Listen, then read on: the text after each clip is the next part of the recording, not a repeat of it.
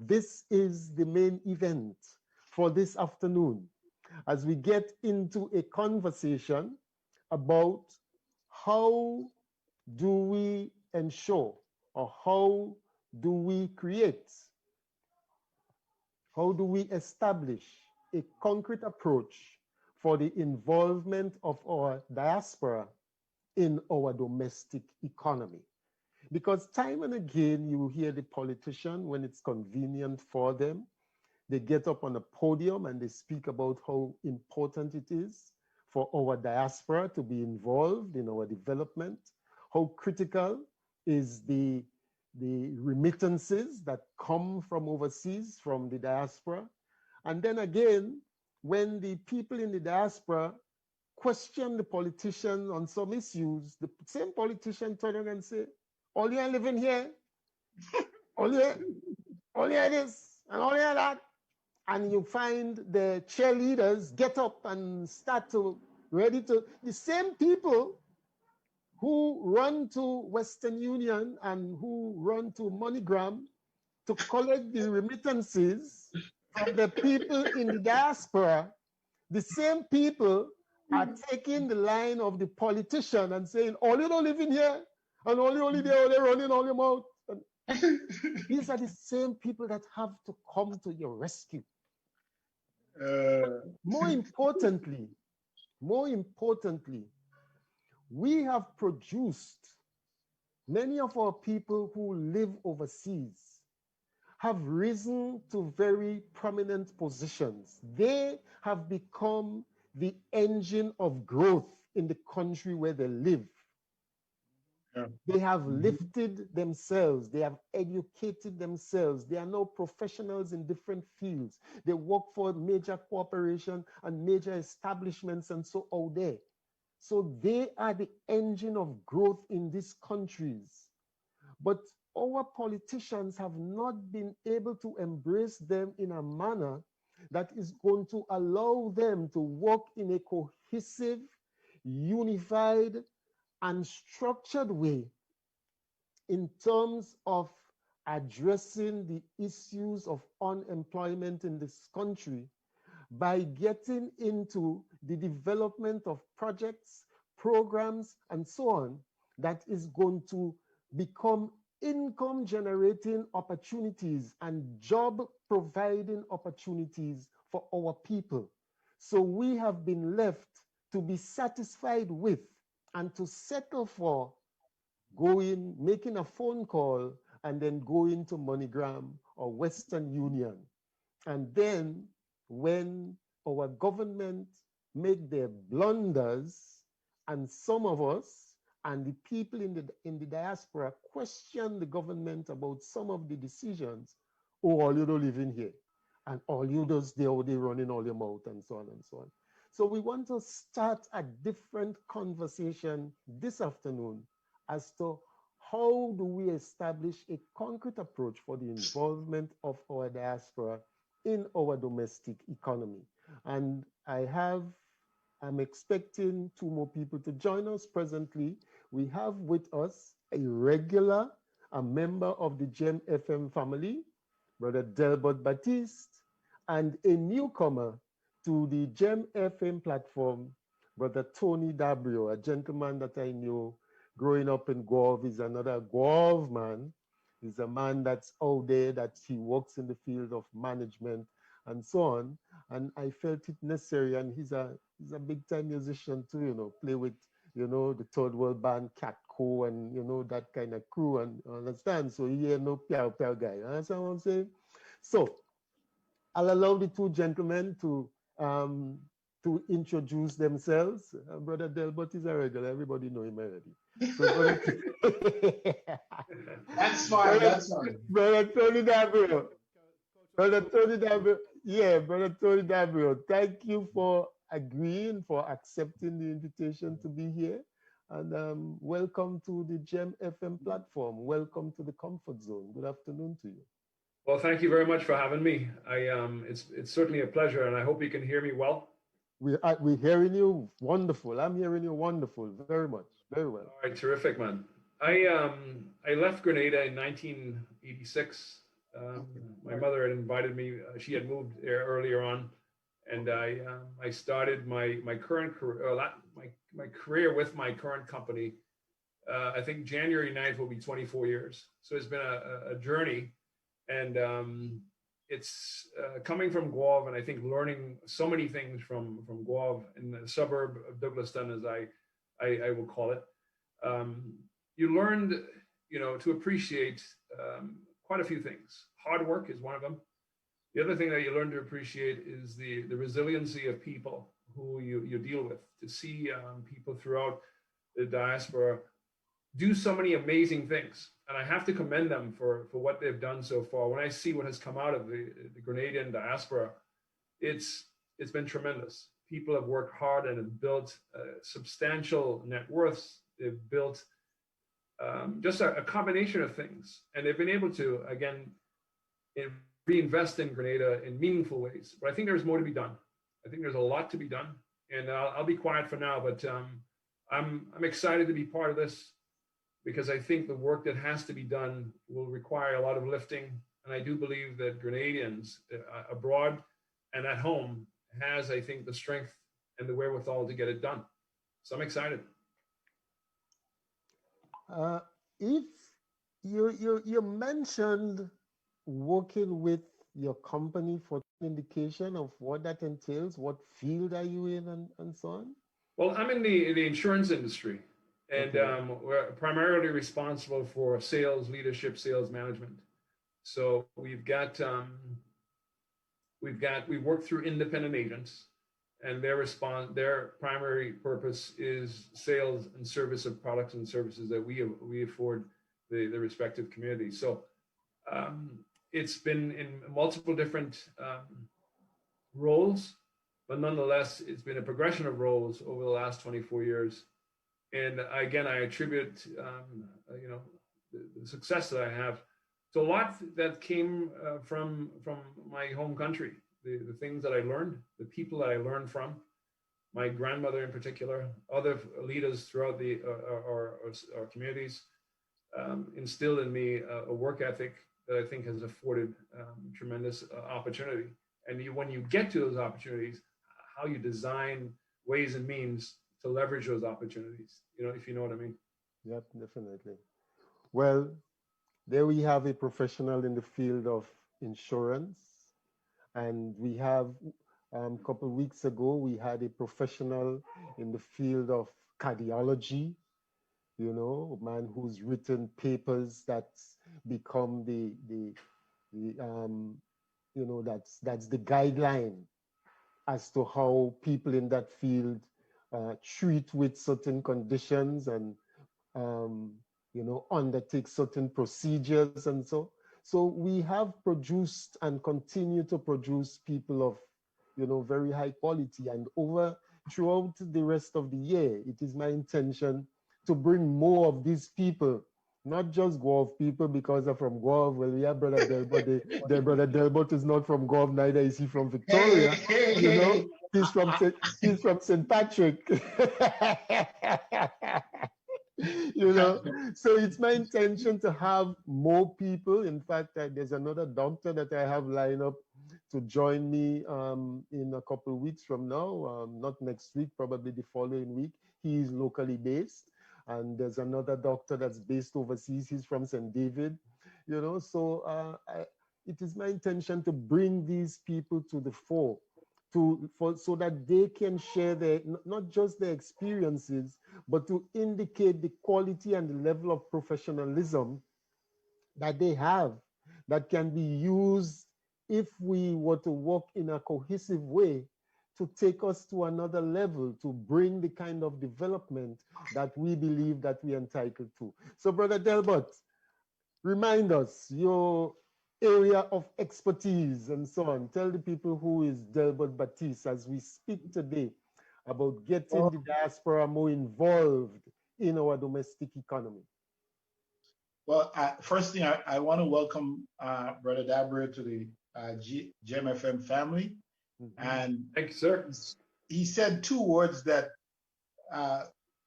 resonated with me in particular: resiliency and Guave. And I think if anybody who understands the parish of St. John's and Guave in particular would immediately see the synergy between those two words. Yeah, I think they're interchangeable. And by the way, Pablo, being an old shaper boy, I have temporary residency. All right. No problem. You're welcome. That's the thing about it. Guave embraces all. Yes, because listen, Brother Delbert, many of the people who are born in Guave, their parent or their grandparent or their great-grandparent would have come from St. David, St. Andrew, St. Patrick, some whatever.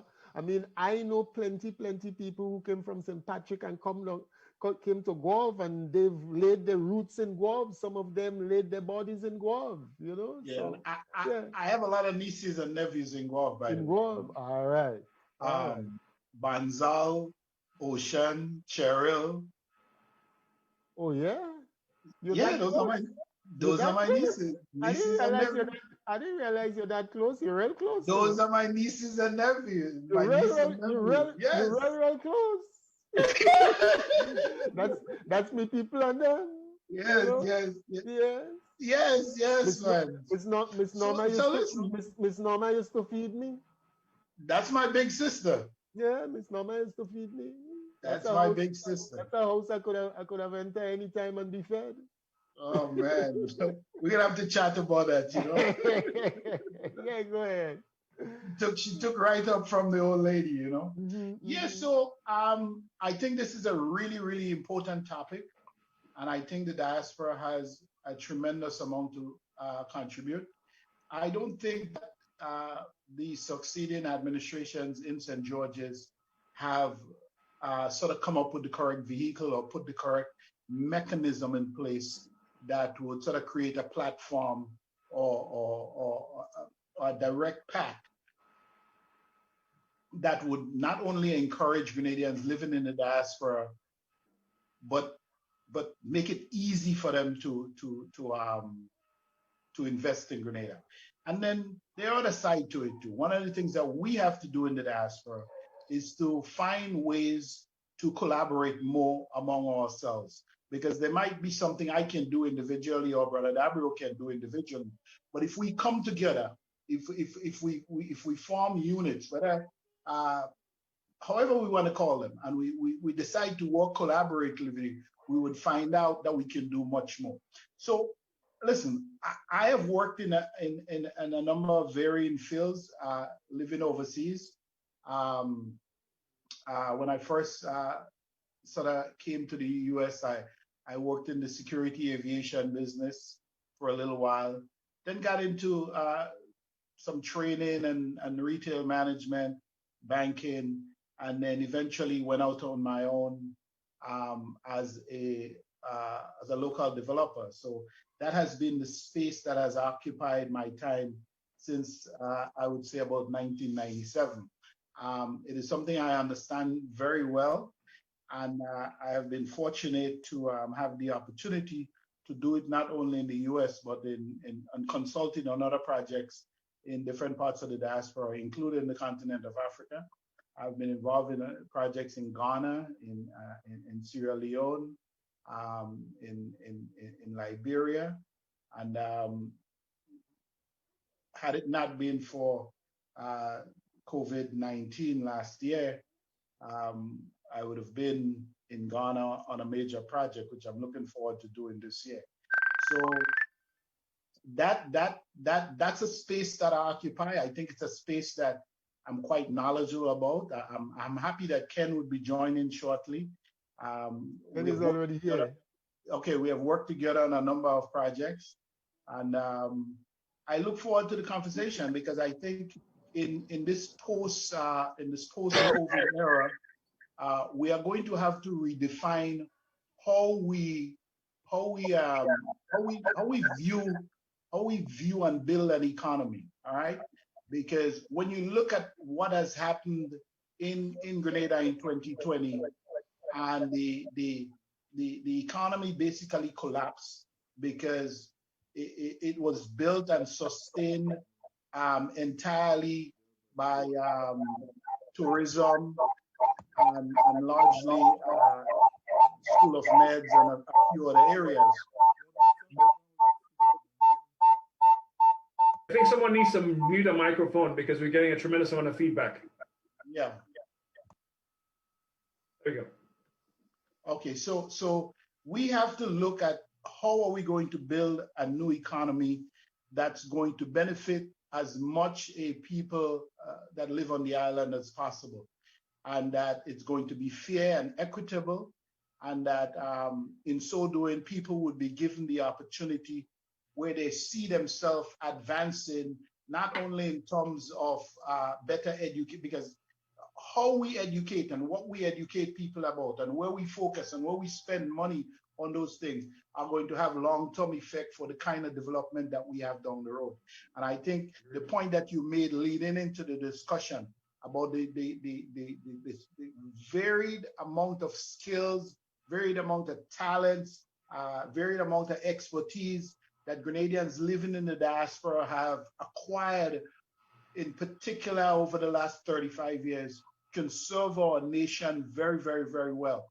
So if we can get the partisan politics out of it and focus on how we empower people, how we help, when we sell a program, that the man who lives in Point Phil St. Patrick's and the man who lives in Point Celine St. George's can both see themselves, how they benefit from these programs, then we're on the right way. And I think the diaspora has some answers, has some solution to some of the problems that are currently confronting our people.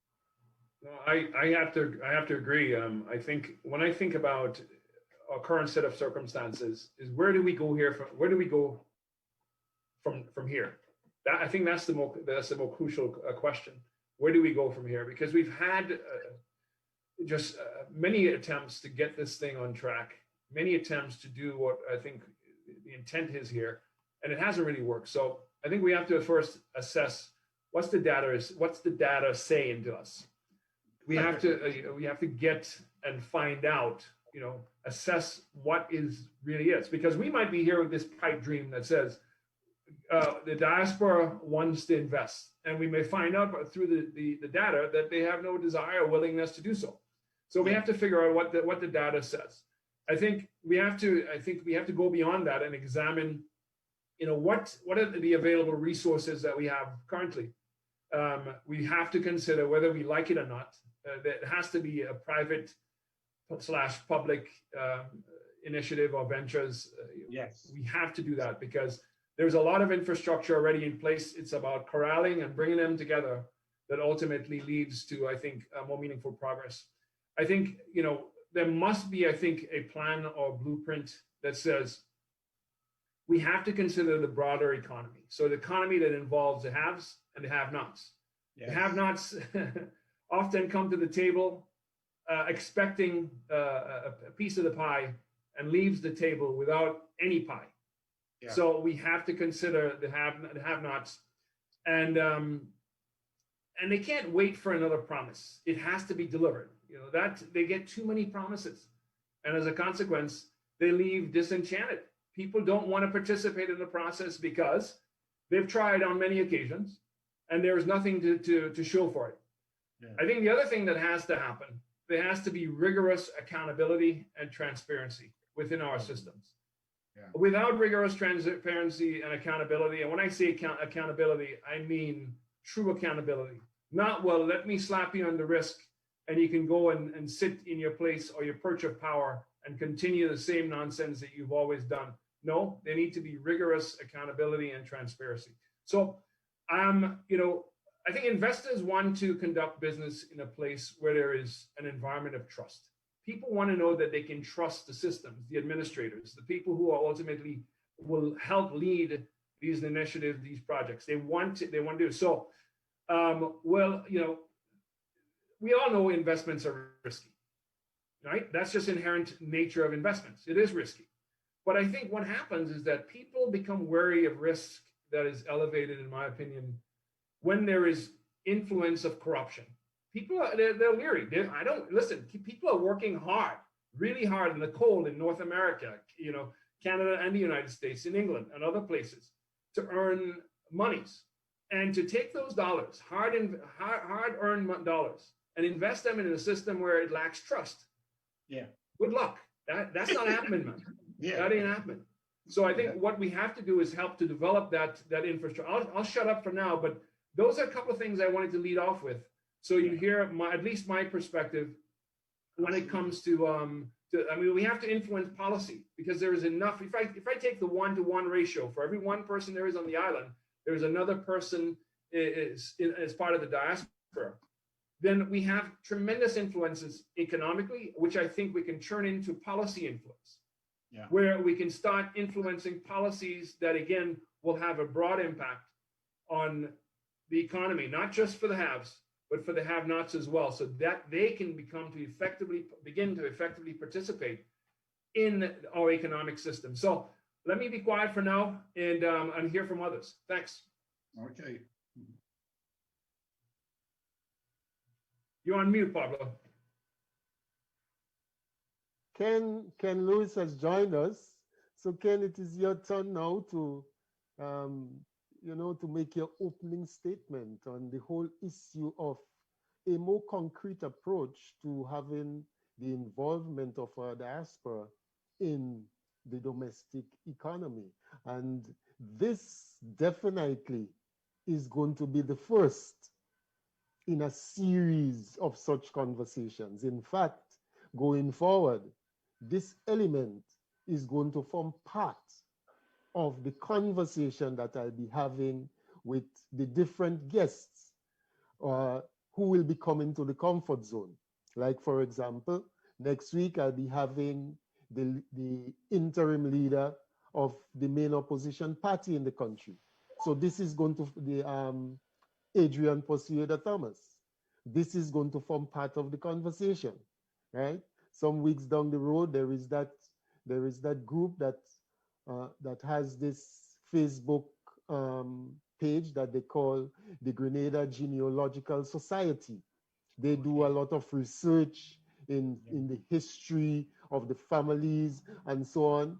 Some of them are based in England, and so this is going to form part of the conversation, right? Yeah. I'm expecting to have Dr. Patrick Antoine back on the program. He's been here before, right? He has recently established the Grenada movement as an NGO in the country. He has been speaking extensively on a number of policy issues and, addressing issues of the economy. And so that element of it will form part of the conversation that we are going to have.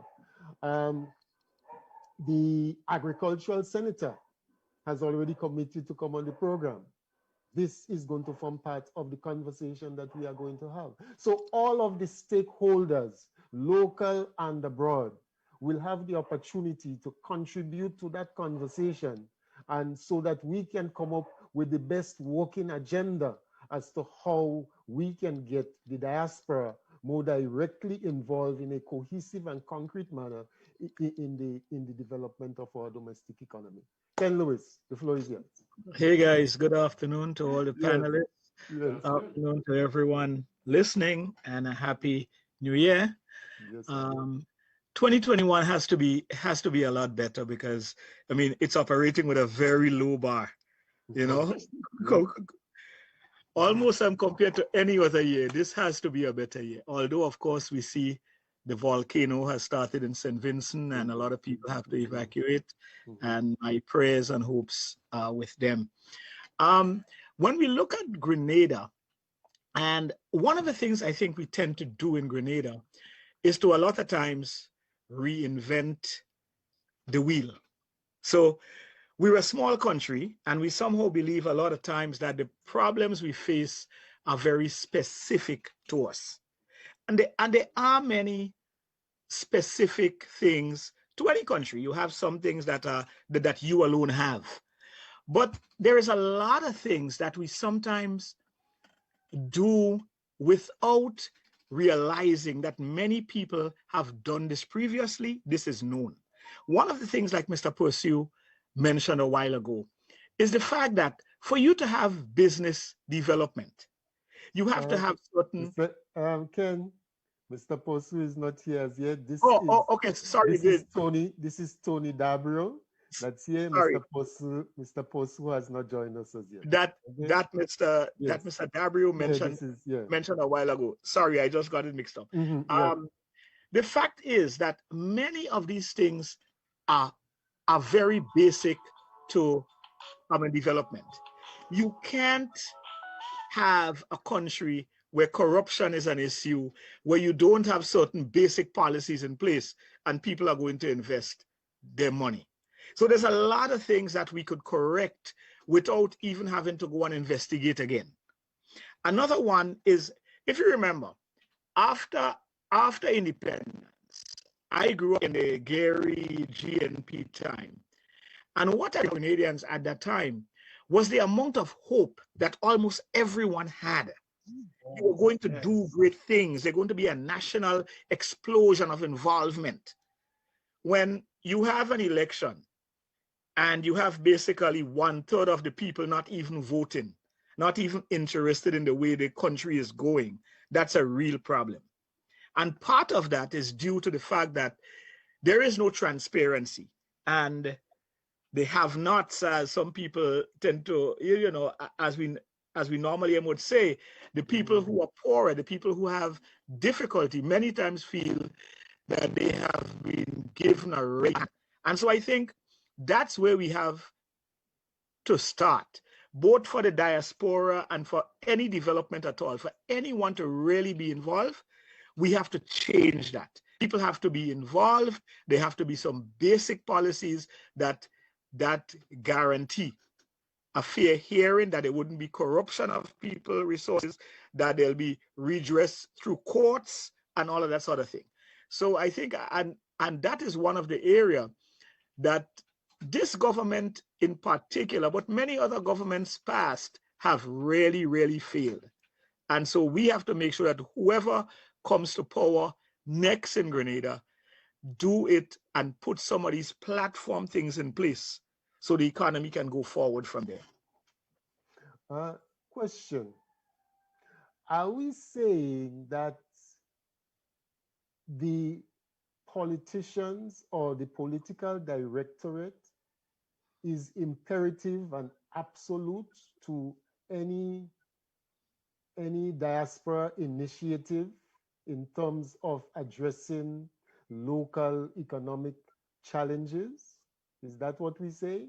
And that without them, the diaspora as a collective is unable to do anything? Open question. So if you don't mind, I'll respond. Yeah. I would say, so I think government can be helpful, or they can serve as a hindrance when it comes to the initiatives that we're contemplating here. When the role of government is almost as a facilitator in many instances when it comes to that sort of economic development. My opinion, and that's what you'll get from me today, by the way, is an opinion. That's what we're looking for. Is that there are times when the government needs to just get out of the way, and there are times then the government needs to be involved. So I can think of a couple of instances where I think the government can play a crucial role. Let's say, for instance, we talk about infrastructure development. Let's say high-speed infrastructure development, high-speed internet infrastructure development. We need the government to help in aiding the construction and development of those initiatives. We have, I think, tremendous brain power in the Caribbean, and Grenada specifically, where we are involved and we're close proximity to major markets within the Western Hemisphere. So you have Canada, you have the United States, you have England, and it just happens that we're English speaking as well. So I think that's an advantage we have, that we're English speaking, and that if we can help, the government can help in alliance with the private sector to build and develop high-speed internet throughout the island, then we can become a viable technological component to technology in the Western Hemisphere. Because I think Grenadians have that brain power. I think we have the intellect. We have all that is required. Now, do we have the training and development that is required to get us there? I don't think not yet.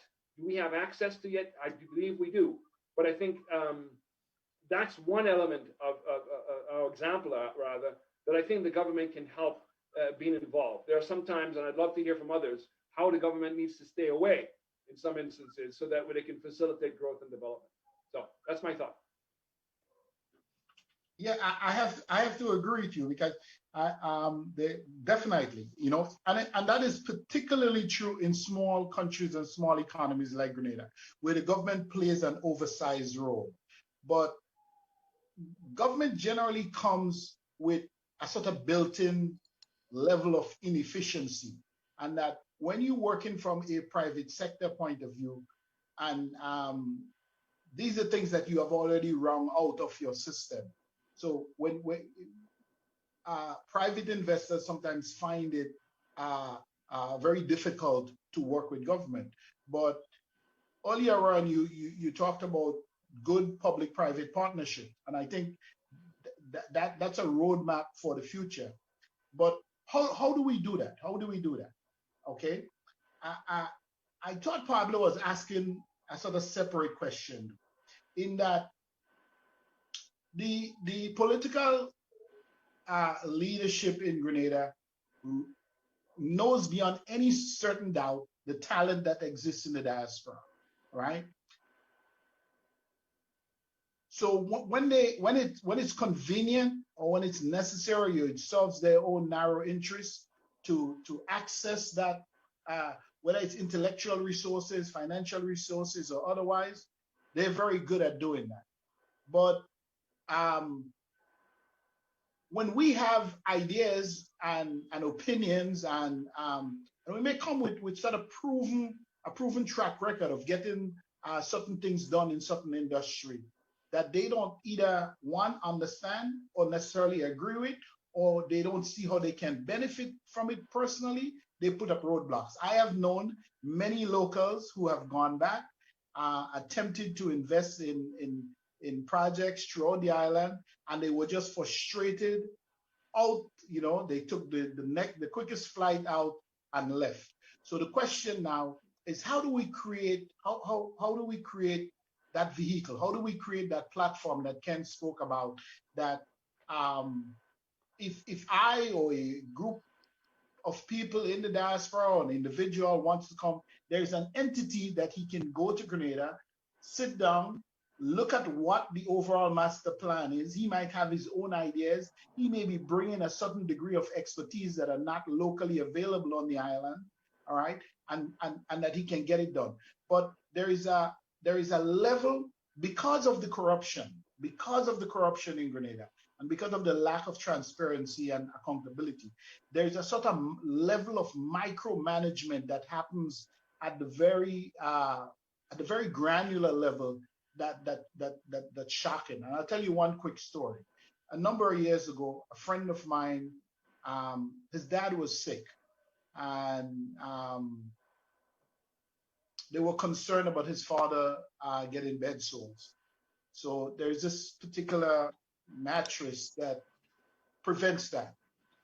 So he had a letter from his dad's local doctor in Grenada, bought the mattress here, shipped it down via JetBlue, had it folded up. And when it got to the airport, they had the accompanying letter from the medical people up here and the local doctor. The customs official would not let it in. They said that he's bringing it in to sell.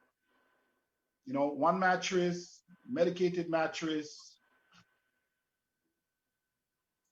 The mattress ended up staying at Morris Bishop Airport for about a month. And on that one item, believe it or not, it had to go to cabinet to be approved. His father ended up dying before he got use of the mattress. So I don't know if you can see my temperature rising as you tell that story. And this thing happens in Grenada all the time. It could be a mattress this week. Next week, it could be you trying to get maybe a small agro plant going, or trying to buy a fishing boat, because I know somebody who came back from the US and tried to fishing co-op going in Parish of in Sunset City, actually. and he was frustrated out. He basically just talked the boat up in St. George's and went back to the US, and it's still there. So we have to create that vehicle where projects are selected or are green lighted based on whether it's viable, whether it's going to provide jobs, whether it's going to empower and uplift people, and it's not based on who you know or any sort of level or degree of political patronage. And I think what people don't realize that just like in the US, how racism has a cost on the economy, in small countries like Grenada and even in the US and countries around the world, corruption has a real cost on development because it stagnates, it robs people of opportunities. Because if you're not if you're not spending approved money in the right way and doing it efficiently, then your healthcare system suffers, then your education system suffers. Then the question of high-speed internet as a major infrastructure project suffers. And these are the things that we have to look at. And the question is, how do we be able to not just put sort of economic pressure on the government, but how do we first working in the diaspora with locals on the ground, put political pressure and demand a greater level of excellence in governance to get those kind of projects done. And I think if we can help in that, then it will be a good start. Well, there is a saying earlier on in the program. I played a collection. It's a package that I put together. It was one clip essentially, but it was smaller clips put together from Les Brown. And Les Brown is on record as saying, if it's hard, you do it hard. And this is, yes. We know that this is not going to be an easy task. We know that it is going to be a challenging one. It's going to be a hard one, but it's hard, and we will have to do it hard because we know that there is a track record of politicians, as was mentioned before, conveniently embracing and engaging the diaspora. But when it really comes to working with them in that cohesive way that is going to be transforming, that is going to create a transformational environment that is going to bring about meaningful change in people's lives and make people independent of the political directorate, there is a reluctance to go in that direction.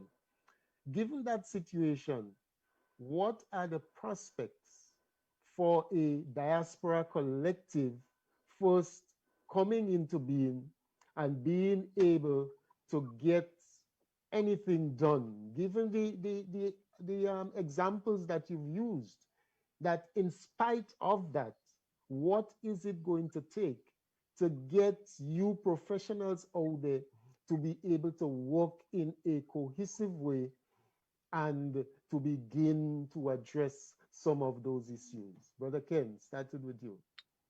Salaries. Okay. You see, one of the things I find a lot of, mentioned a while ago, the corruption. Mm-hmm. But there are many other issues that you must take from a policy perspective. Mm-hmm. When you ask the question about whether politicians are, whether we can do it outside of the politician, mm-hmm. It's one of those sort of circular questions, and which also has a circular answer. Mm-hmm. And the reason is this: politicians come from a society. So if the society is a certain way, it can only give you those type of politicians. And so nepotism is the order of the day, and people deal with their favorites, and only certain people get contracts, and that's what they grew up knowing. When they become a politician, that's what they do. So we have to break that cycle somewhere. And that's where leadership really is needed. This is how I see this being broken. And So for example, the simple idea of government having to constantly tax people more and more to be able to pay salaries at the end of the month and then tax it again. It is a constant circle that is not being broken. I mean, it's Liat probably is the best example.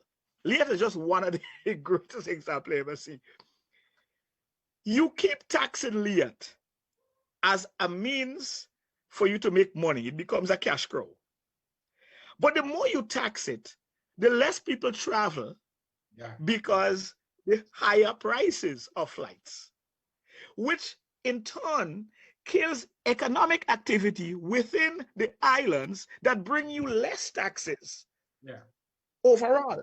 So then you have to keep taxing until in the end, you kill it. You basically kill that goose. And no matter, and I have seen discussions from economic forums I've been in to Facebook, everybody knows it, but they just can't stop it because it has become such an important part of revenue. And so we have to break those cycles. One of them I just mentioned at the start is salaries. MBAs around the world, which have become so critical for many countries, there are lots of them. And in fact, when I was in school, there were a lot of Koreans and guys from Singapore who was at NYUM together with me.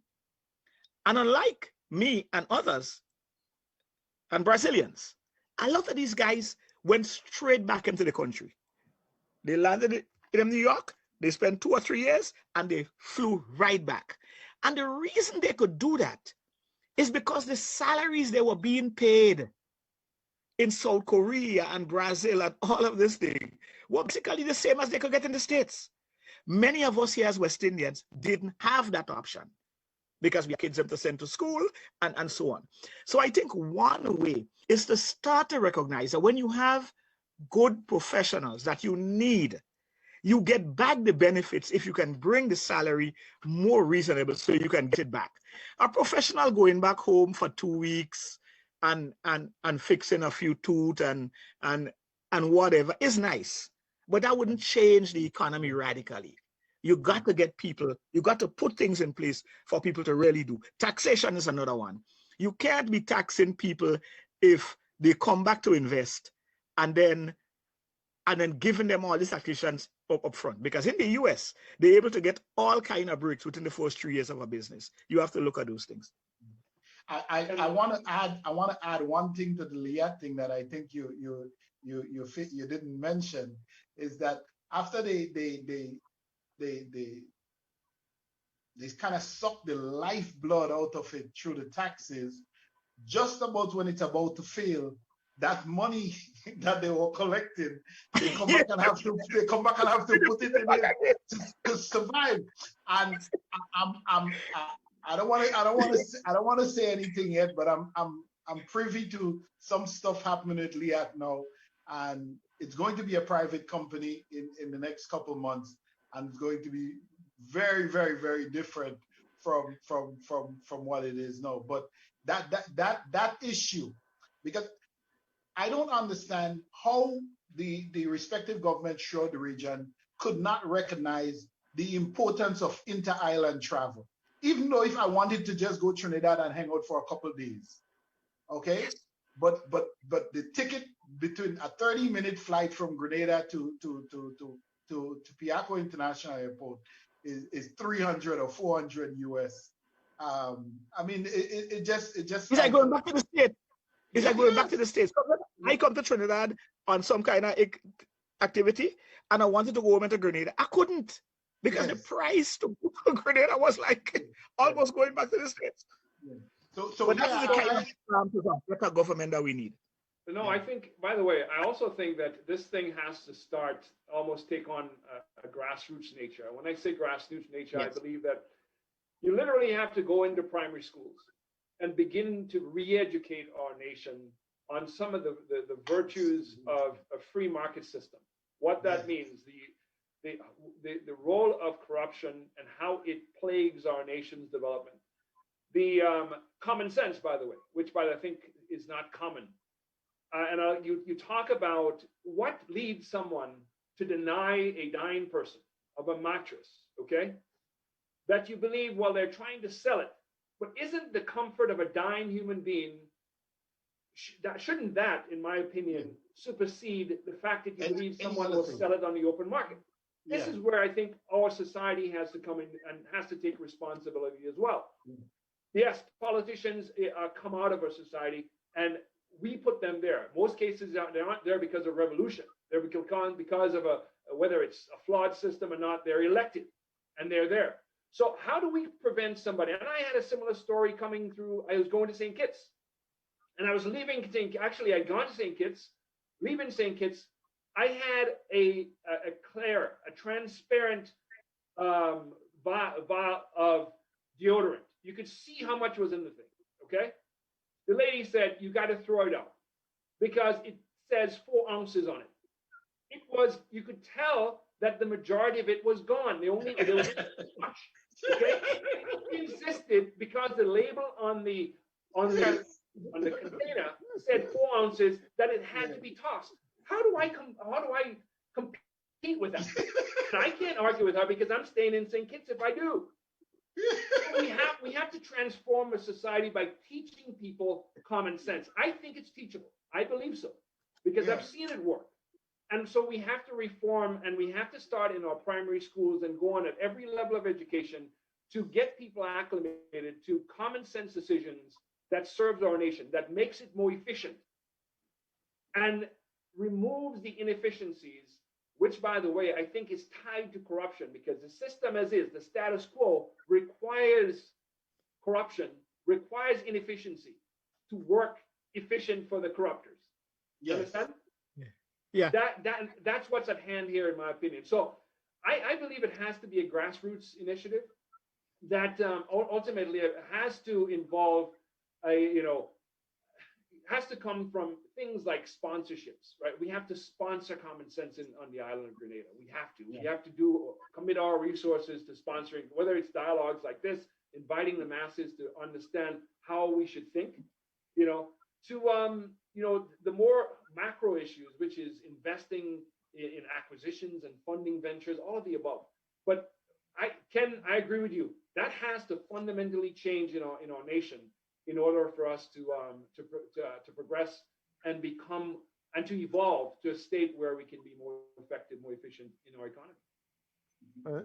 Time and again, we hear talk about the importance of and the extent or the percentage, although it's never been measured in a scientific way, of remittances to the local economy.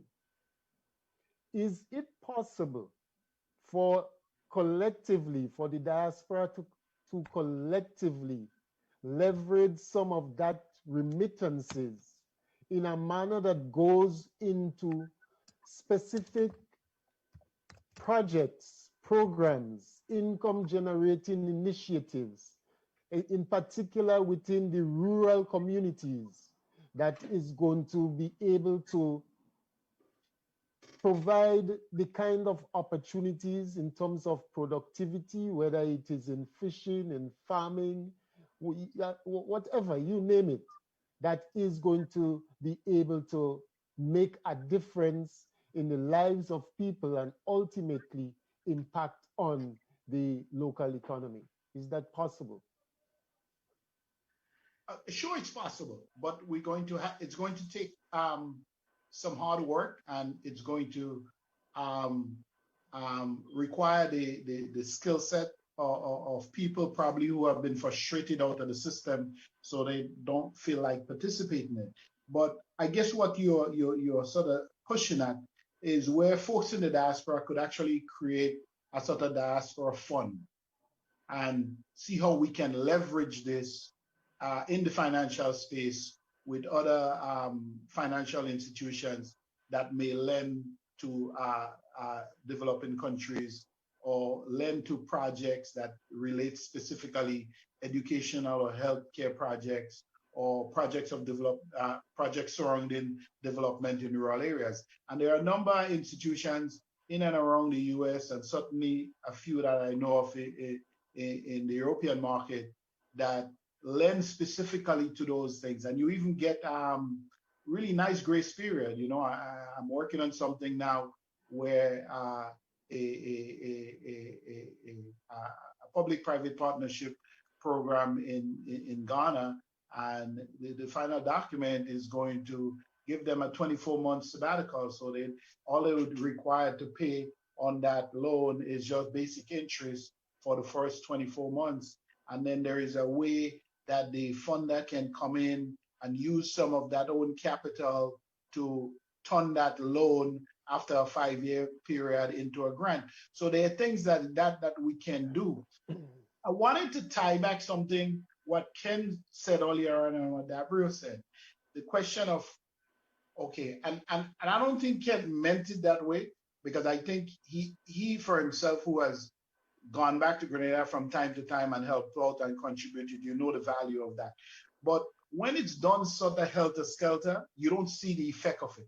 But if it's done in a really organized way, where you, let's say we develop something called, and I'm just throwing out a term here, a diaspora core, where you have, you bring together people in the diaspora with particular skill set. So we know those who are in healthcare, those in education, those in engineering, those in management, all put together under this core. So we know 10 people in the engineering field is going to go to Grenada, and whether it's mechanical, electrical, or whatever engineering, you know, you can target it, you can see results, as against me just going and trying to help somebody in St. Patrick's or in St. David's or whatever. Yeah. For years now, I have been involved with a number of other people calling for us to rethink how we teach young people. And it ties in what Brother DaBreo was saying. To start at a very young age to teach entrepreneurship in the school, to teach them common sense, to teach them how, because listen, a lot of these young kids now who are going to these primary schools in Methodist in Grenville and Catholic in St. David's and St. Peter's in Guelph and RC in Sotez are going to find out that they are going to be working in the international space, and they're going to be competing in another 10, 12, 15 years with students from China, with students from South Korea, with students from Taiwan, with students from Finland. So how do we in the diaspora help better prepare them for those challenges that they are going to face, even when they immigrate to the United States? Because there is a learning curve. And those of us who have been fortunate and have lived here and have been relatively successful owes them something. We need to build a bridge for them to travel, so that their sort of inclusion into this economy is less rugged than it was for us. And if we do that, we again will be helping tremendously with how we affect change in the local space. Yeah. I just wanted to say that I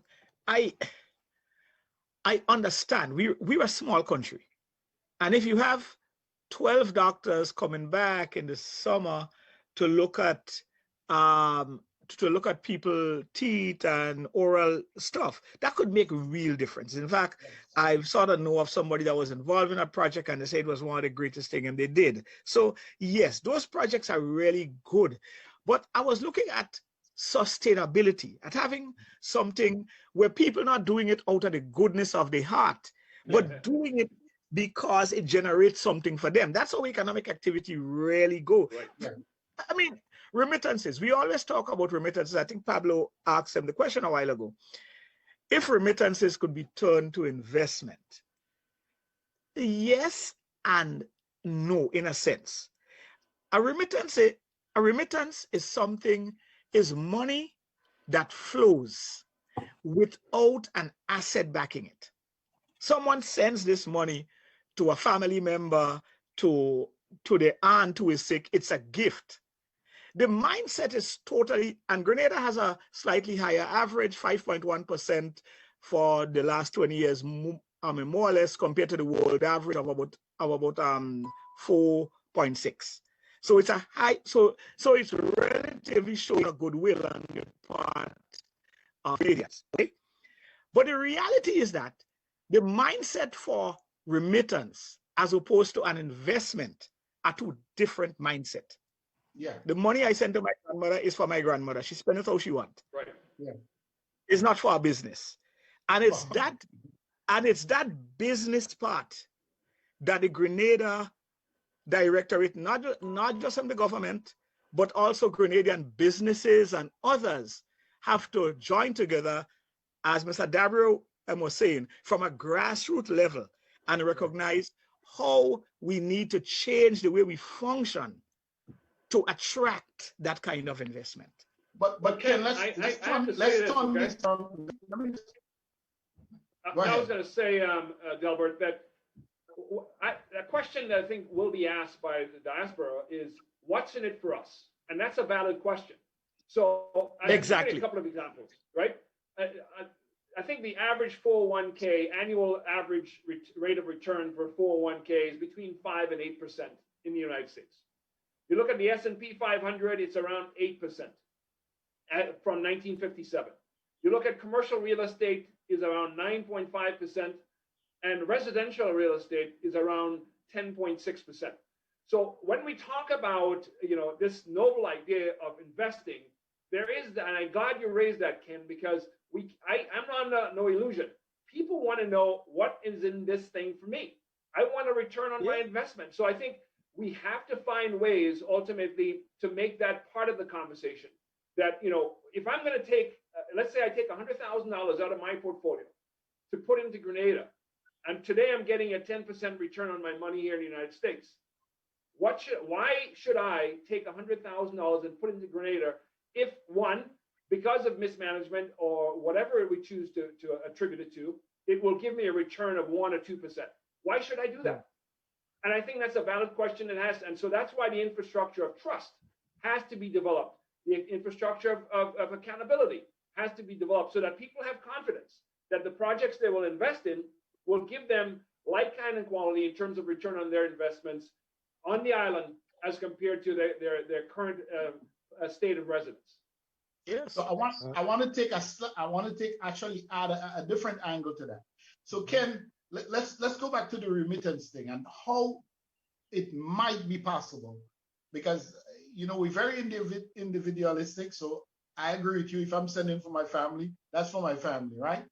But for those of us who think in broader terms, those of us who think in terms of how we can leverage resources to develop. Let's say we were going to organize a group, a corporation, and there's over 100,000 people Grenadians living in the diaspora. And we say, okay, every month, we know you send $100 to your family. And that's they're waiting on. You're probably sending that to 4 generations of that family. There's probably only 1 or 2 persons working in that family. So they're really struggling. So they're really looking forward to that $100 every month. And we say, let's come together as a unit. Take $5 out of that $100. It might not tremendously affect the lives of the people home. They might be able to go without that $5. And we get, 1,000, 2,000 people, and we start pulling those resources together. We form a corporation, we give people shares, and then we start to leverage it. Why can't that work? And why can't, in other words, we're using a small portion of our remittance now and it would have a sort of greater multiplying effect on what happens. So now that family that you are trying to help, you are trying to sustain with $100 or $200 a month, now 2 additional members of the family would be able to get employment from a business that diaspora corporation would have set up. And that's the kind of thing that I'm thinking about. And the question is whether or not we could do it. And I know you're a person that have long said one of the difficulty we have, not only as Grenadian, but as Black people working together, sometimes the only thing that we find we have in common is the color of our skin. So we have to find ways, new ways to solve old problems, because in my view, the situation is getting worse. I speak to, and I know other people here do it, to friends in Grenada who pay attention to this. And I was speaking to a longtime friend about a month ago who who is particularly interested in this kind of issues and social justice and how you empower people. And he's lived all his life in Grenada. He's about 65 years old, recently retired.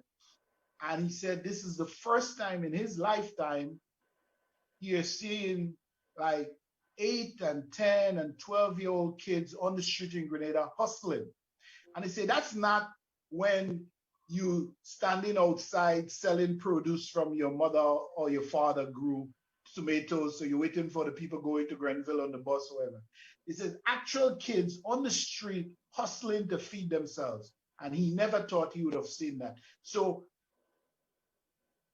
if these kids can't feed themselves and their parents can't feed them, chances are a great percentage, a large percentage of that generation, we are going to lose them. And we may be losing a future doctor, a future attorney, a future scientist, and we are robbing the country of its human resources. So how can we, is there an initiative waiting there? Is there something that we can do along that line to maximize that sort of return on investment?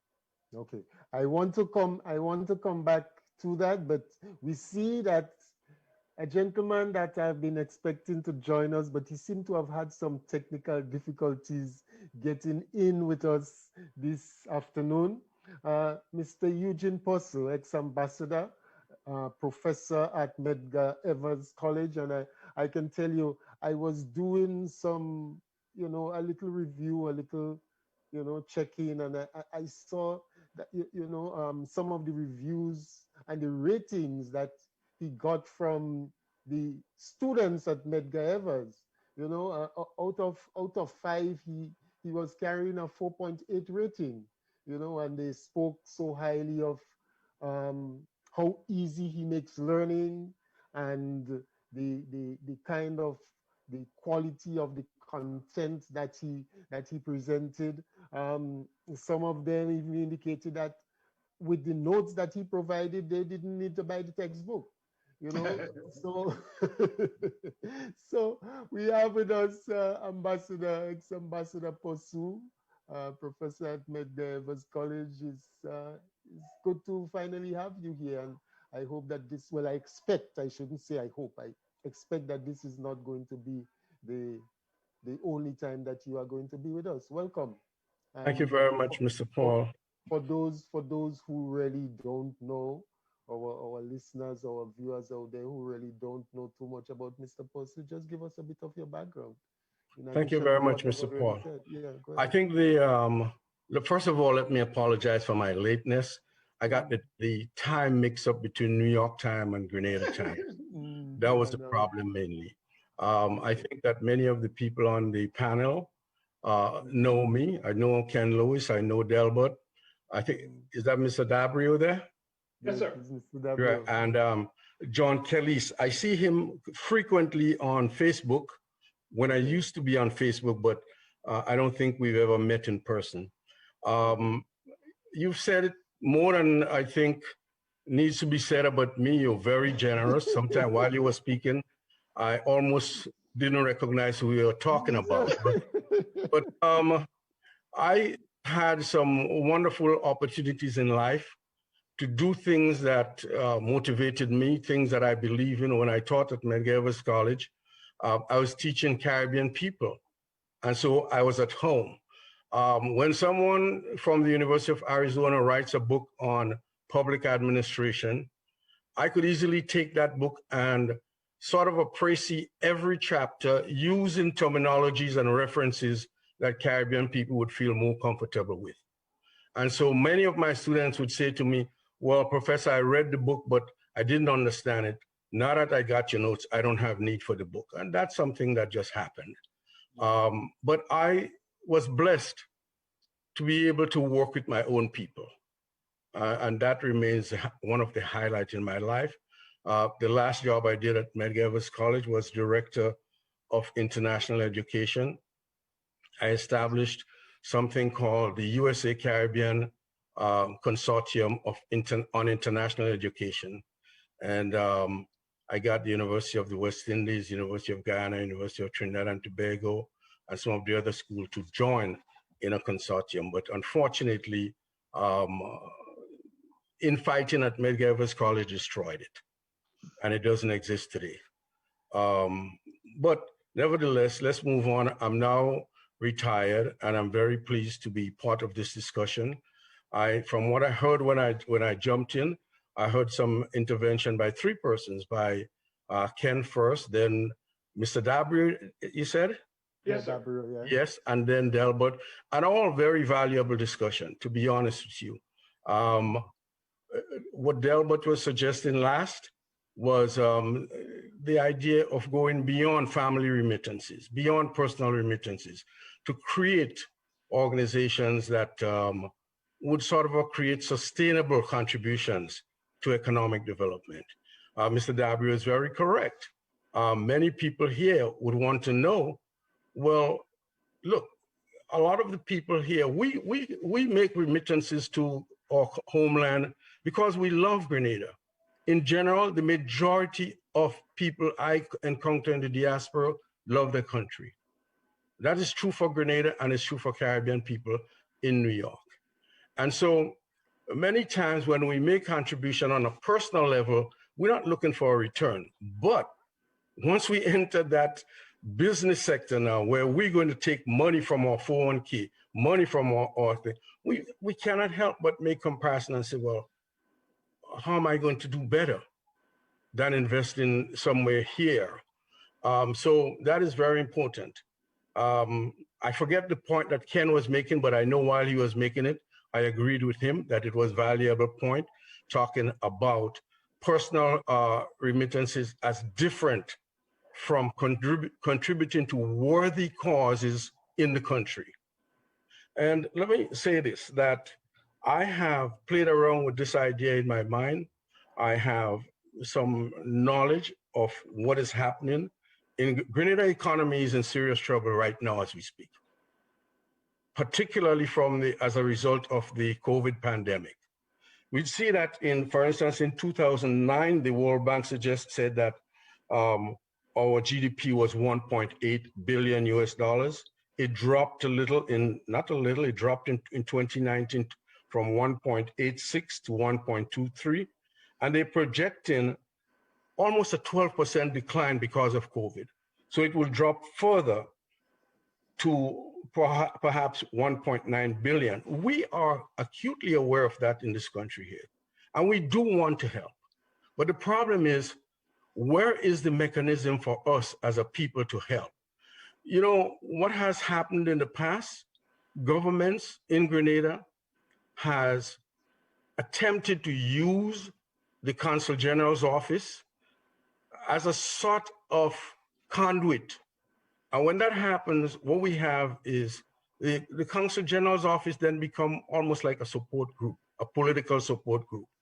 And there are many people who are not attracted to that. So we have to be organized from this front. And the government has to recognize us as an organized people, not as a support group, because we don't support Grenada because our political party is in power. We support Grenada because we love our country. And so we have to be organized at this end. The government has to recognize us, and we have to build special relationship. And we have serious problems there. The political environment has been somewhat poisoned over the last few years or decades. And so we need to repair that. We need to move off the political scene into the national scene so that we as nationals could contribute to our economy. Even when we send personal money, remember, there's a certain amount of communication. If I don't communicate with my family home, I'm not going to be sending them money. We have to have communication, and that is lacking. People home cannot only communicate with you when they need something from you. We have to have a relationship. And this is what I'm saying.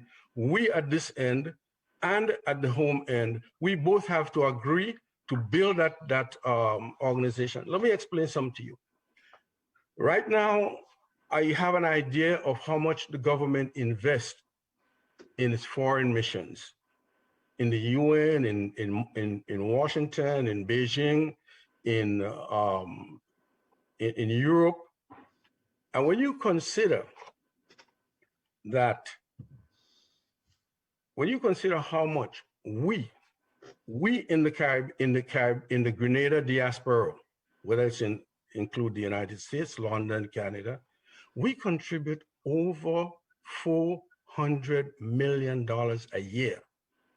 I ask you, which of these embassies come close to contributing that kind of money? Yet the government invests in those embassies, maintaining relationship with those embassies, and nothing exists for the diaspora. And it cannot be just through your political support group. So I'm saying that first we have to be organized. We have to respect and be prepared to work with each other. Once that we could do that, once we have established that, the foundation would have been laid for great possibilities like what Delbert was talking about, Ken was talking about, and so forth. And that is the first point I would like to make, and just leave it, I'll jump in later as the discussion expands. Yeah. Yeah, well, one of the things that keep coming up, and based on the comments that's been made from all and sundry, and as I've said before, it's not going to be easy. It's going to be hard. It's going to be difficult. It's going to be challenging. But if it's hard, we're going to have to do it hard, because it is not something that can be left undone. Because everyone is indicating that we are on a downward trajectory, and there is no end in sight as long as it continues the way that it is going. It therefore means that there has to be a different approach. Something has to give. Some different thinking has to start somewhere, right? In order to begin to see an upward movement, in order to see the challenges and the situation that exists being addressed in some significant way. Like, for example, since COVID-19, during the lockdown, one of the challenges that teachers had was the fact that they now had to send assignments to students virtually. Mm-hmm. And the majority of the students, many of the students, didn't have the handsets, and especially in these rural communities, didn't have the handsets. In some instances, there's the handset that's used in the house, but they have to wait until mommy or big brother or who come home in order to get access. And that's the handset that's being used for whatever else, so it's a total inconvenience. As such, the level of compliance from the students were very low. That's one. Two, some of the households don't have electricity. Okay. Now we are seeing that school, which was scheduled to be opened on the 4th of this month, is not going to be opened that time. And given the prevailing circumstances with the COVID-19, the talk of community spread that's been happening, there's been talk of students in particular school that have become infected and so. So at this point in time, government themselves doesn't even have an idea. The teachers have been saying, well, government is going to be meeting with administrative people within the education sector during the course of this week to determine how we go forward. So it is very likely, and that school may not be open. We don't know when, but it's an indication that going forward, there is going to be much more of the information technology, the virtual classroom situation, the sharing of sending of assignments, and the assignments having to be returned through that medium. Okay, I know mention was made earlier on about the whole issue of information technology and IT initiatives and so. How can our diaspora help, right, in addressing some of this situation? What is it going to take? Mention was made earlier on too about there has to be some kind of networking between the various professionals out there, which means that to begin with, a database of people who bring particular skill sets to the table will, will have to be put in place. How do we get this thing started? How do we start? What's the starting point? Because as we say, it has to be done. It's not something as to whether we, there's no option really. It's something that has to be done. What are the ideas for us getting started? Right. I don't think there is there will ever be a singular starting point for any of these initiatives. I think it has to be ultimately, it has to grow out of a set of initiatives that ultimately is corralled and ultimately managed by concerned individuals. Okay. It's literally, you're talking about a mammoth initiative to get to corral. It's almost the herding of cats. If you hear people talk about herding cats, that's ultimately, no, I am not the person who believes that it can't be done. I believe that it can be done. But on the other hand, so for instance, that's why I emphasize the need for government involvement in the building of the infrastructure, the technological infrastructure, high-speed internet, so that everyone should have access to that, to Wi-Fi services. How would our children get educated in this environment if you don't have Wi-Fi services, if the intent is to deliver curriculums via online? I mean, so it's almost, it's absurd that people will have the chicken come before the egg, or whichever you want to choose, and say that we're going to deliver these things to you online. But you know what? We're not going to give you access. We're not going to afford you access. So I think it's not only irresponsible, but it's absurd that somehow we get this sort of thinking coming out of leadership. That's why I'm a proponent of re-education. That we need to understand what leadership means. It can't be, it has to be selfless. It has to be rooted in service. It has to be honest. When I say, and by the way, I'll add honest twice, because it needs to be honest. And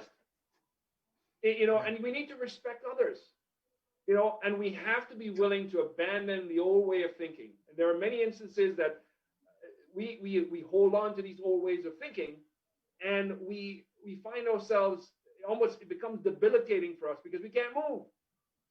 I think about, I go back to technology, but even I go to as far to say, talk about cannabis. We're still criminalizing cannabis, marijuana or weed, whatever we want to call it, in the Caribbean. Think about that. It's the 21st century. Large economies across the world are benefiting tremendously from this stuff, right? And I don't care about what people's philosophies are on this thing. We can debate that. But just as a product, as an economic engine, an opportunity for economic development and growth, we were still living in some instances not only the 20th century, but in some instances the 19th century. So I think we have to break ourselves of that. Yeah. So I think it's going to take three things, Pablo. One, we already possess: love of country, right? So in order to do that, and it ties into what Brother Pursoo said, love of country. And then the other two things it's going to take to do something like that is leadership, what Brother DaBreo just spoke about. And then we are going to have to cooperate with each other for the greater good of that piece of real estate that we all love. And if we can put those three things together, I think we're well on our way. But all this, that would be a wonderful initiative. But believe me, one person can start this. One person can get this going.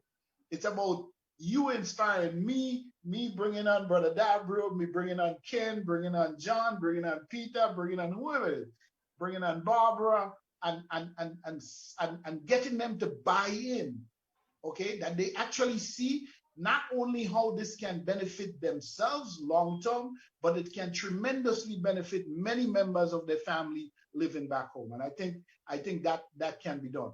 I want to just touch on something that Ambassador Pursoo said, and it's something that I've thought about for so long, and I was so happy to hear him say.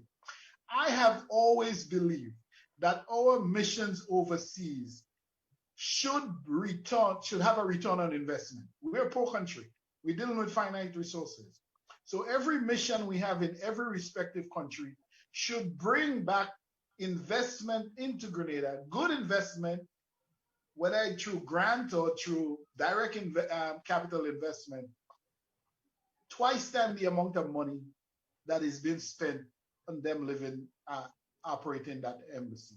And if we that comes back, one, into putting good people like Ambassador Pursoo in position.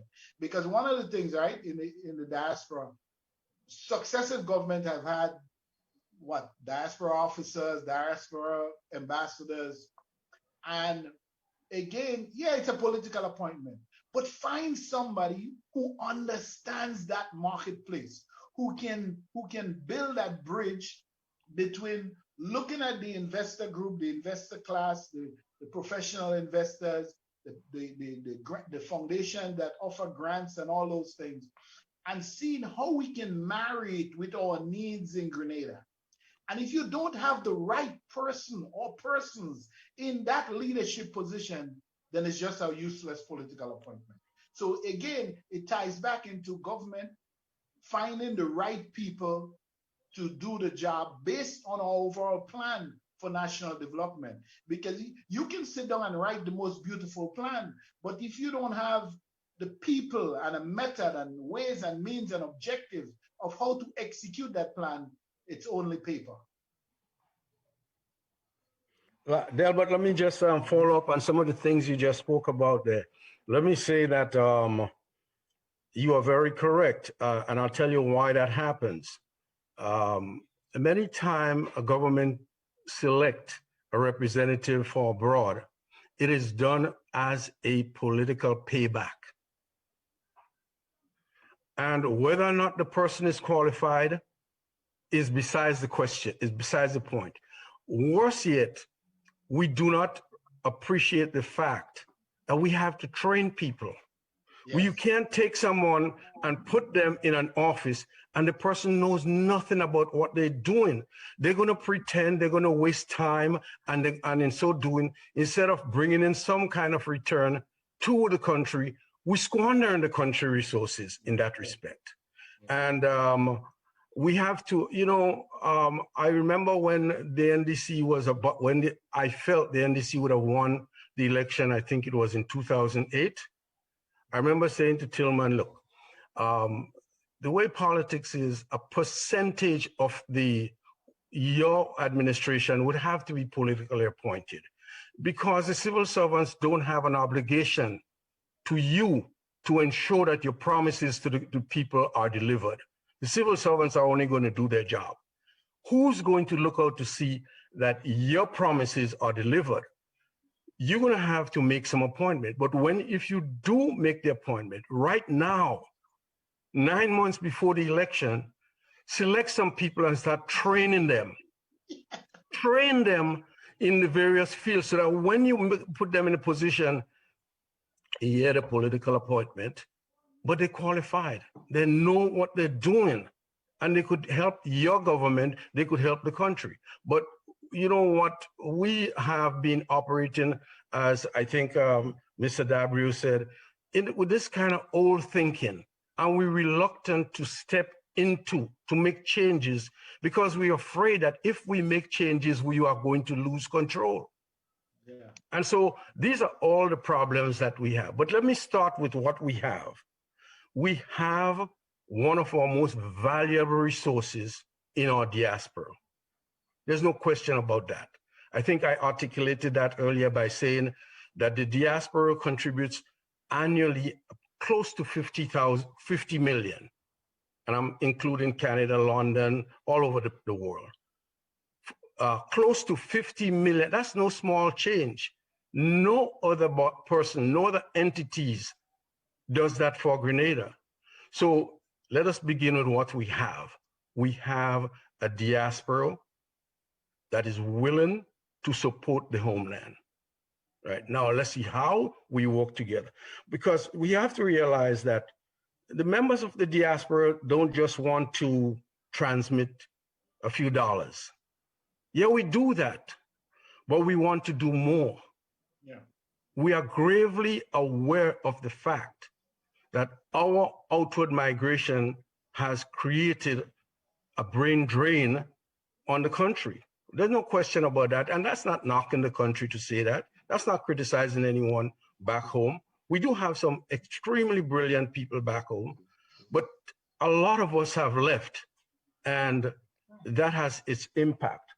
Now, what we want to do is actually create a brain circulation, recirculation. The experiences and the knowledge that we've gained here, we want to contribute it towards our national development too. We don't just want to send a check every month to our family. We want to do more, and we're capable of doing more. And it's painful sometimes when you see we have qualified people throughout the diaspora. Yet when an opportunity comes for the government to utilize consultants, who they turn to? Who they turn to? The very people who have historically oppressed us and continue to oppress us. These are their first choice. Yes. Let me tell you something. I'm looking at this. I know Ken and Delbert. These guys would know more about tourism from this perspective than a white corporation will do. But then we never consult any of them to say, we never talk, we don't see our diaspora as an important tourist contributor. Why can't they? Why can't they attract us? Why can't they? I've always advocated that when we come home, and I'm talking about the tourist sector because I've paid attention to it, and I have some information as to how, because that's the sector that would be hardest hit by the COVID pandemic, the tourist sector. The flights has dropped to almost zero, right? And most of the hotels are barely staying open. How long could we sustain that? And I don't care what the World Bank or the IMF might tell us. There's some uncertainties that they cannot pinpoint. They cannot pinpoint, because even after the vaccination comes on, there is confidence. And I'll say something that I don't think much people are willing to say. I've spoken to many people here, not Grenadians, but many people who look at what Grenada reports as a COVID situation, and they smile. They don't believe that we're reporting reliable figures, and they think that we are underreporting it to protect our tourist industry. But at the same time, what is happening, these people are saying, well, we cannot trust your information. How do we walk into a situation where we don't trust that what you're telling us is accurate? And so we're not going to. I read something on the, I think it's the World Bank report, where this investment citizenship, people are saying now, well, we don't know, we don't trust the health situation. So we are now reluctant to invest when we cannot trust the health situation. And too often we think that when we think of us abroad here, there's lots of things we think about us, which is some of it not flattering, like calling us JCBs and these things. It's not flattering.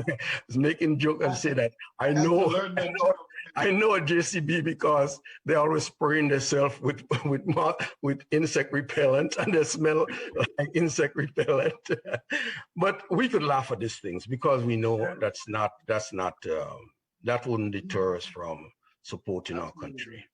But there's much more we could do. And from my perspective, I believe that if you don't have the proper organization, things happen helter-skelter, and for a time it falls apart.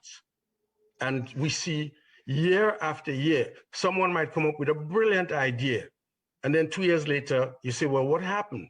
It died because it did not have that organizational framework to sustain it. And so my thing is, first and foremost, we have to build the organization. We have to establish the relationship. Let me give you an example. I was in Cuba in 2018, and I was invited to come back around August, October, I can't remember the exact month, to make a speech on CARICOM-Cuba relations. They celebrate that day. And so I got back to New York and I started doing some research, preparing myself for that. I found out that CARICOM, it was not until 2014, CARICOM had its first 5-year strategic plan. Of course, a strategic plan that was prepared by a UK group. The group preparing the plan was from the United Kingdom. And my kind of a conspiracy theorist mind said, well, that happened because they're the ones who paying for it. And if somebody's going to pay for something, we usually accept it, not realizing that perhaps it could be done better.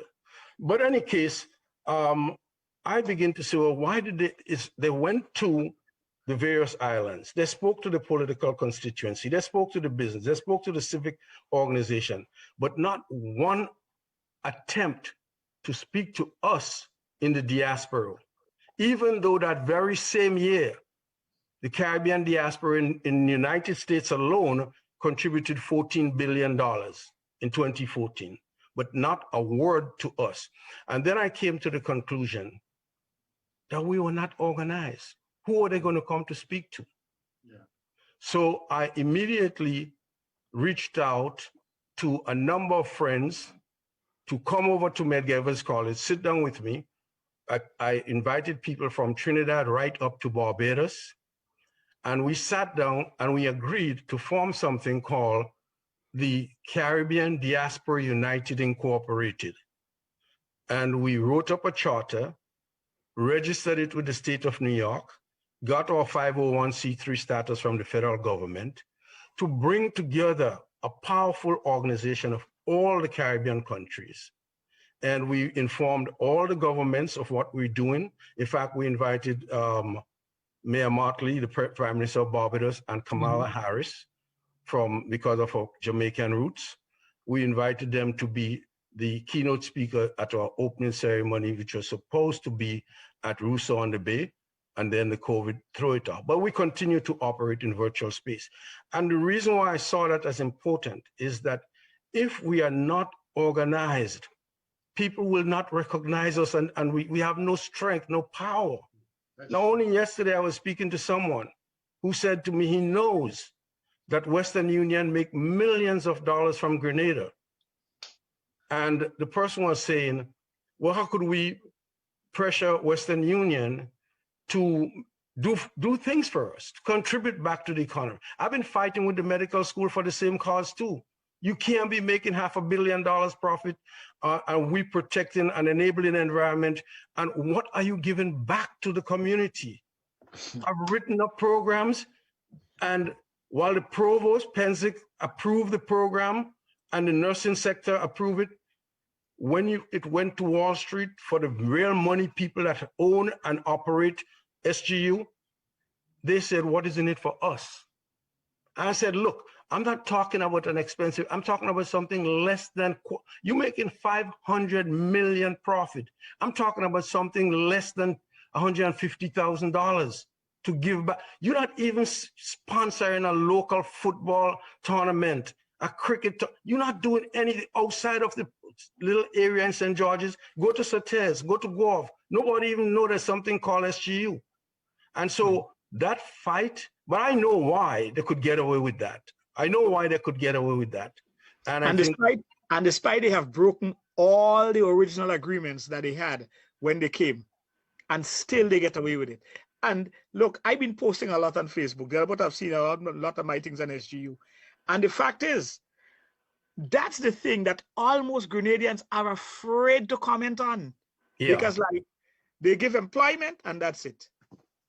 I know exactly what you say. But getting back to it, you see, I started that organization because I said, If we're going to pressure an organization like Western Union, Grenada alone speaking, they could ignore you. But when we speak as a force of the entire region, and to know you can't ignore this powerful organization because it would impact, we would take action as to how you operate in Jamaica, in Trinidad, in Grenada, in Barbados, across the region. Now, I spoke to people in the State Department.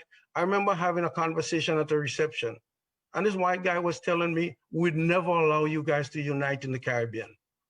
I said, but your country had a civil war to save your union. Not necessarily to free slaves, but to save your union. And yet you telling me that a few of us small islands in the Caribbean want to get together to at least realize economies of scale, and you're going to stand in our way of doing that? But he said to me clearly, it is not to our benefit. It is only us. If we are prepared to fight and to work with each other, only then we would make progress or move forward. We have gotten to this thing home. Sometimes I remember speaking at the UN and saying that too much aid gives you AIDS. It destroys your immunity system. You can't do for yourself when you become too dependent on handouts. And people, some of my Caribbean colleagues like, oh my God, why are you gonna say that? But it's true. We've gotten to a state where we just can't, we are too dependent on handouts now. Yeah. We have to learn to cooperate together and work with each other. We have to turn towards each other in the Caribbean. With this thing here, the tourist sector that is going to suffer, no other person could help us more than us ourselves. Grenada should be reaching out to us in the diaspora to build the tourist economy around us now, to reach out to the other Caribbean islands, because I'm telling you that there are people here, no matter how much we could prove that we did not have any serious COVID infection, they were not going to believe us. They're going to believe what they want to. We're going to be subjected to discrimination, just as all Black people all over the world are. And we're the only ones that could do it for ourselves. At least we should be taking the primary role in developing ourselves. And I just want to leave it with you that Grenada, I hope people in Grenada are listening and understanding that you have the richest resources that is hardly used in the diaspora. And we need to organize, you need to recognize us, and we need to build that relationship for all the benefits that could come out of it. One last thing before I leave. The years that St. Lucia made some major leaps, when Compton was the prime minister, he reached out to his best brain power around the world and invite them to come back to St. Lucia and form task force. And they made major contribution towards St. Lucia's leap in the economy. And that's very possible. I could tell you that any one of the persons on the panel here who are invited to the right task force will return and serve their country to the best of their ability. I know that they will do that. I know Delbert would, Ken would, Mr. DaBreo would, I know John Kelly would, any one of the number of people in this country who are invited to the appropriate task force and are treated with dignity and respect, they will be glad to go back, even giving of their own resources to support the country. I know that. Well, given the way how we treat with many things right now, how we interface with each other right now, virtually and so, they may not necessarily have to come back here physically, but we can set up the systems and we can establish the structures. Pablo, you're trying to keep me out? Eh? No, I'm not trying to keep you out. You're welcome to come home anytime. I am just saying, that there will be people who, as was mentioned earlier, there are people who may not be in the position where they can just up and come home, but they are willing to contribute. And if you have such a task force, because of the way that we interface and address issues right now virtually, it is very possible for them to contribute as much as someone here to such an initiative. Ambassador Pursoo raised the issue of what he's done on the Caribbean level, and throughout the conversations, what has come out is the need for some kind of organizational framework. Now, that is not going to just happen just so. Brother Delbert already mentioned that this one will have to reach out to that one and reach out to this one, and somebody else will have to reach, you know. And so you get people to have the conversation, and you get people to buy in, you get people to begin to start contributing their own ideas as to how you can make it work, how you can make it better, how you can go ahead in terms of the conversation, and moving from the conversation, from the position of a conversation into something constructive and something cohesive. So I am seeing, as I said, this is the initial conversation. This is getting it on the table. A lot of ideas have been shared here this afternoon, and it is something that can be built upon. It is going to be something ongoing. But what I am seeing here is that there's the four of you there, right? And I'm certain that there are people that you interface with, there's people that you network with, who you can have that conversation with. And in the same way that we on the comfort zone here and discussing this, it's the same way that it's possible for you guys among yourselves, even in connection, in collaboration with us, can network with other people, where you can have a bigger Zoom meeting that is going to have such a conversation and is going to begin to look at how we can go forward with this thing, because we all agree it is something that has to happen. Now, I just want to say, and I like to put in a little plug for myself and what's going on in my immediate environment. Based on what I said earlier on as to the situation in St. Mark, I have been able to get a group of teachers interested in beginning to do something. So in order to create a presence, an essay competition with COVID-19 as the subject and with different topics was organized. And it was done with different, so you have different groups, right? Different age groups. So you have the 7 to 9-year-olds, they have the topic addressing the COVID-19 issue, the 10 to 12-year-olds, and the 13 to 15-year-olds. We got the principals of the schools in the community to buy into it. There's been submissions. The deadline for the submission have passed, so we've had submissions. It's being assessed now, and different prizes and so are on offer and so on.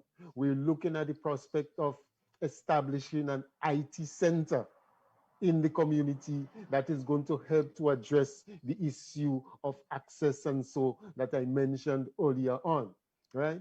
I can tell you significant contributions have come forward from individuals overseas who have contributed to seeing this thing become a success. In fact, there's a lady who brought down something from somebody who made a contribution out there.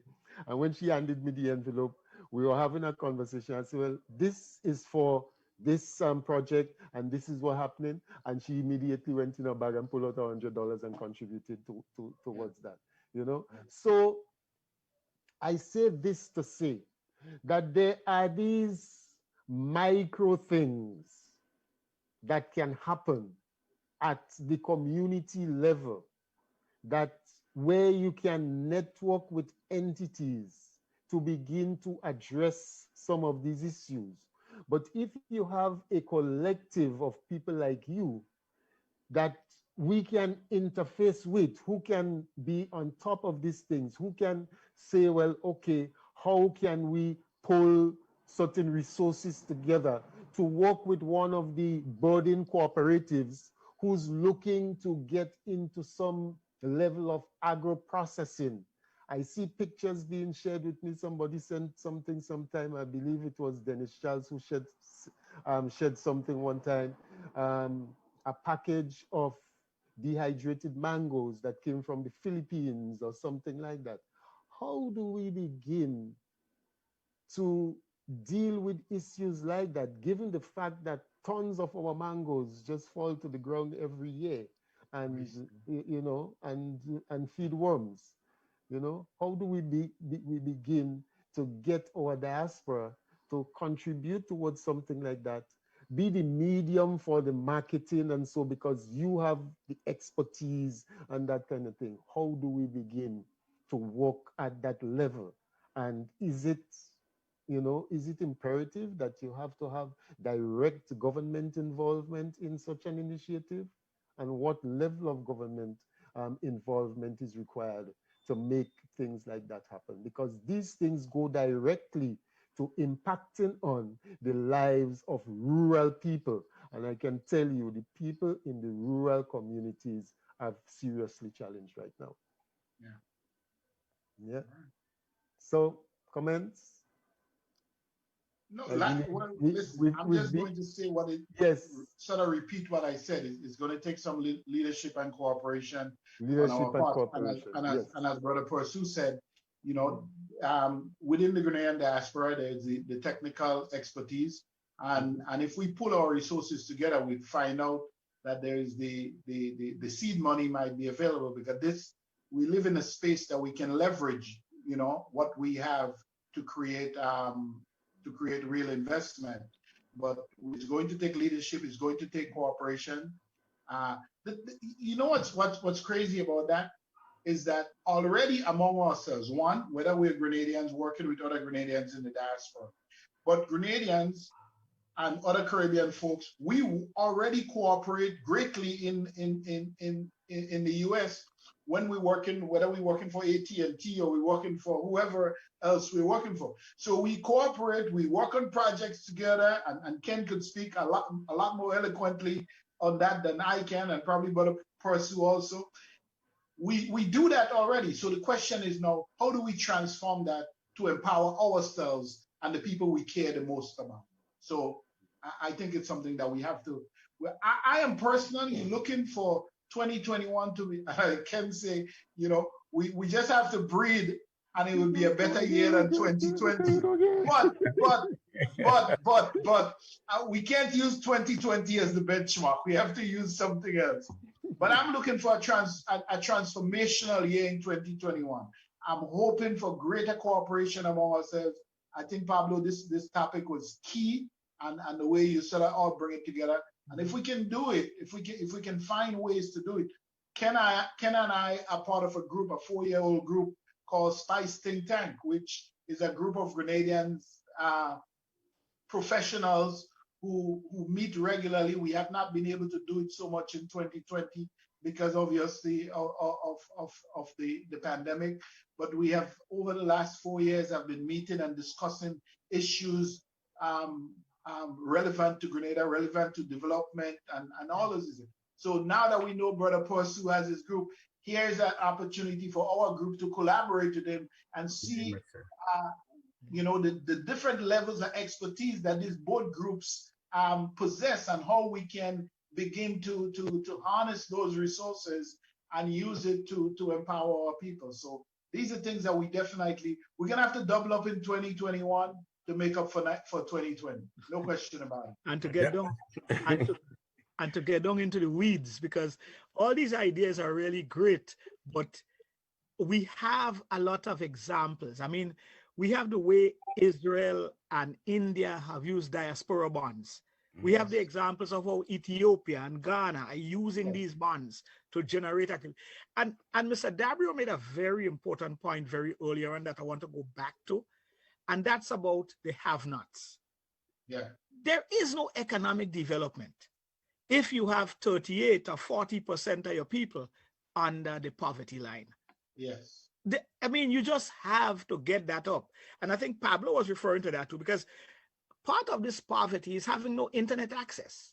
So how do you develop, and that big part of your population is not involved in the economic discussion if they can't have access to the knowledge and the education and the other things. It's not just about food. Food too is very important, and food security and a lot of these things we've talked about, but also of getting these people, getting this part of your population active. I remember when I was in Suriname last year, I think, and it was around the Dominica hurricanes, or the year before, it was around the Dominica hurricanes.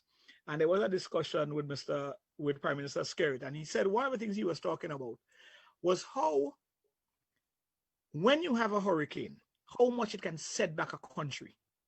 Because families get upturned.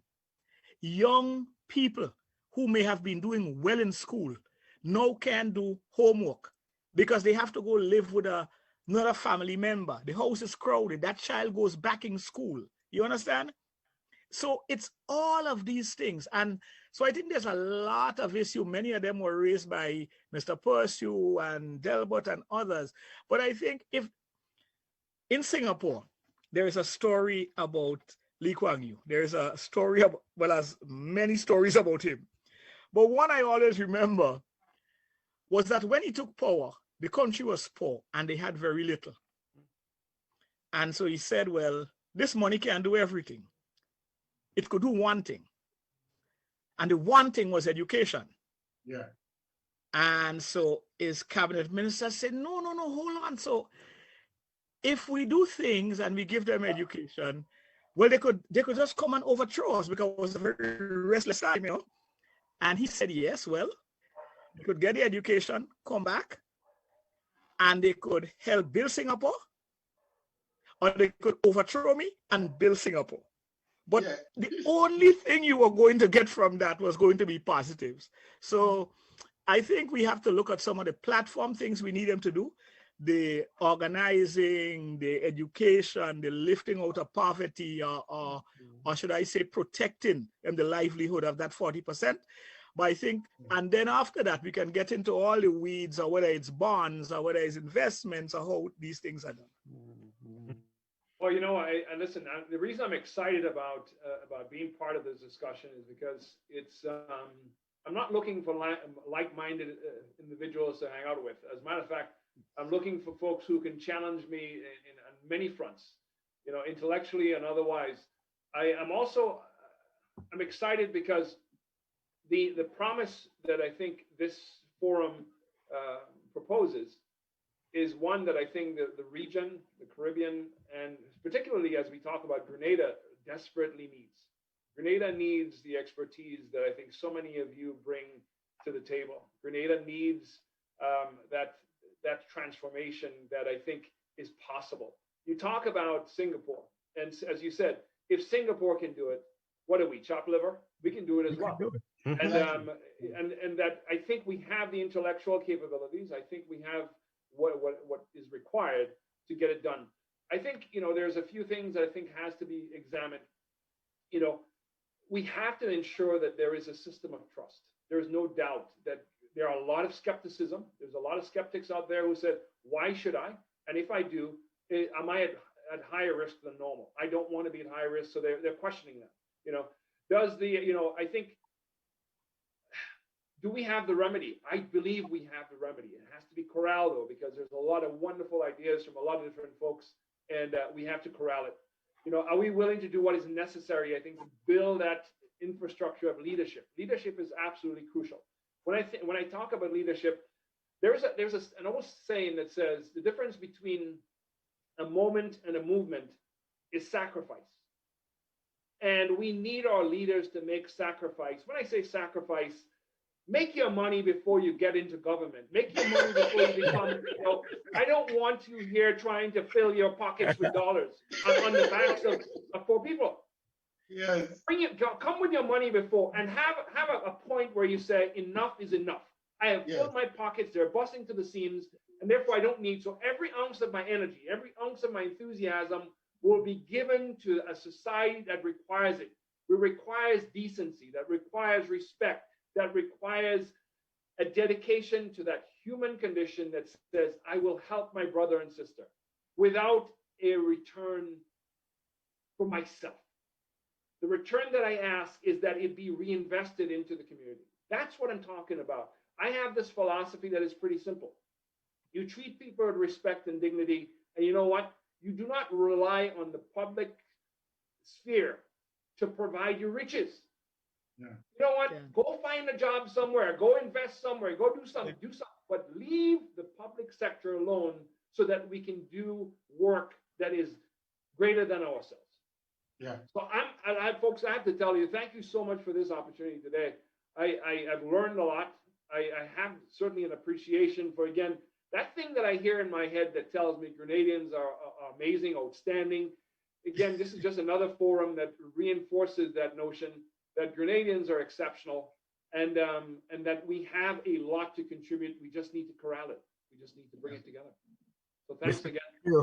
Not only are there great intelligence in the Canadian community, both at home and abroad, but there is insurmountable passion. Yes. You know, when Delbert said that Ken would say, if we breathe in 2021, that's success. The kind of passion I remember him as having. This is a guy that we have worked together in cooperation, of course, not without little friction, but I've always thought of them as people who love their country. And when we are a group of us who have great passion about something, it is not unlikely for us to have difference of opinion, but we respect each other. And as you were saying, Mr. DaBreo, I've always said that public service is ethics institutionalized. Yeah. That's what public service is. And, you know, if it's one thing I did, I went down home on my own dime to give workshops to the NDC, I remember, on ethics in government. Mm-hmm. People asked me to co-teach ethics in government with ethics in business. And I said, no, I'm not doing that, because in business, all you have to do is comply with regulations. but in government, if you're not truly ethical, because, you know, when you take government service, it's not about doing things when people are looking at you. Yeah. You have to be truly ethical if you are going to be a meaningful public servant. Yeah. And so I am very but on the more positive front, let me just, before I leave some things with you that I hope would give us some encouragement. During the pandemic, I live on Long Island, so I follow the local news a lot. And I realized that some of the industries that I saw on Long Island that could be done in Grenada, corn. We on Long Island here grow a lot of corn that is used to make vodka. You have a big vodka making industry from the corn. But when the COVID pandemic struck, they converted the vodka industry to a hand sanitizer industry. Yeah. So they used the alcohol from the corn, and they could not even supply enough hand sanitizers. Now, these are not things that we cannot do. We could grow corn all year round in Grenada, right? Yeah. And perhaps if we have a place where the farmers know that any amount of corn they grow, that industry will take it in. Mm-hmm. Now, these are simple things. I see simple things like pickles, like it's growing like small cucumbers and pickling it and bottling it and distributing it wide, something like that. The hotel business, the restaurant business, there's lots of things. I saw where in Cuba, they were inviting any of the other Caribbean islands, restaurant business in Cuba, to send up once a month, like a 40-foot container of vegetables like cabbage, tomato, and so forth. And these are lots of things we could do. We in the New York, in the diaspora, could also help to expand market opportunities for our country, right? There is lots of us here who are in contact with industries that could do marketing. I speak with Romain in Labe Market on Nostrand Avenue. I know these guys would know him. And he said to me, he wished things could have been better done. That we're not doing things with half the efficiency that we ought to exploit the opportunities here. There's a lot of opportunity. Yeah. And so I want to just make sure that you realize that when we say that the diaspora could make a difference, it's not just talking. We're not just spouting words. We are capable. We can't supply Brooklyn. Grenada, if Grenada could supply Brooklyn alone, that would change Grenada. I can think about it. If we have a vegetable food depot, like the Koreans did, if we have, let's say the government invests in buying a building and sending up all the yams, all the dasheen, all the kalu, all the things, even fish, I know all of us will go there. That place, marketing board should be doing this, right? Yes, expand marketing board to Brooklyn. And I know, but again, it ties back into the importance of having the right people who understand how these things work. Because I know one of the problems that Romain have is that, for example, when the agreement was put together with JetBlue to fly to Grenada, JetBlue deliberately said they didn't want to carry cargo. So here you are, a small country, all right?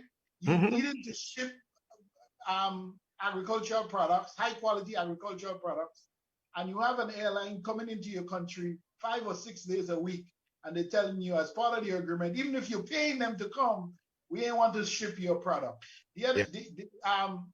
About 3 weeks ago, a friend of mine who lives in Framingham, Massachusetts, called me urgently, and she said, "Oh my God, I'm in Whole Food, and there's Grenadian soursop, $12.99 a pound."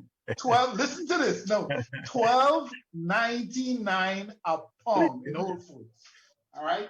I believe you. I want in on that action, man. Yes. The question is, when are we gonna get some stuff in Erie, Pennsylvania? Hey, listen, you're on the map, aren't you? Let me ask you, Mr. DaBreo, just to, guys, excuse me for siding, but I see a lot of musical instruments in the background. Yes. Yeah, this man is a big time musician. It's a hobby of mine that I really love and I appreciate. I remember starting as a kid, and I don't know if you any of you know an individual in Guave. His name, he's since passed on, Mr. Raymond Simon. He was from Florida. There, and he played in an orchestra in Aruba many years ago, in the 1950s into the 1960s. And I learned from him, and it's been a hobby. So everybody grew up listening to Bob Marley and Third World and Peter Tosh and all those folks, and that I wanted to do that. So I've had the opportunity to acquire a few guitars over the years, and I've taken it. So it's a hobby. Congratulations! And you've had the opportunity to play with members of Third World. Well, the guys invited me to. We opened up for Third World and Steel Pulse in 18 and 19 respectively. 2020 was going to be the Whalers, but because of COVID, we couldn't do that. So. Yeah.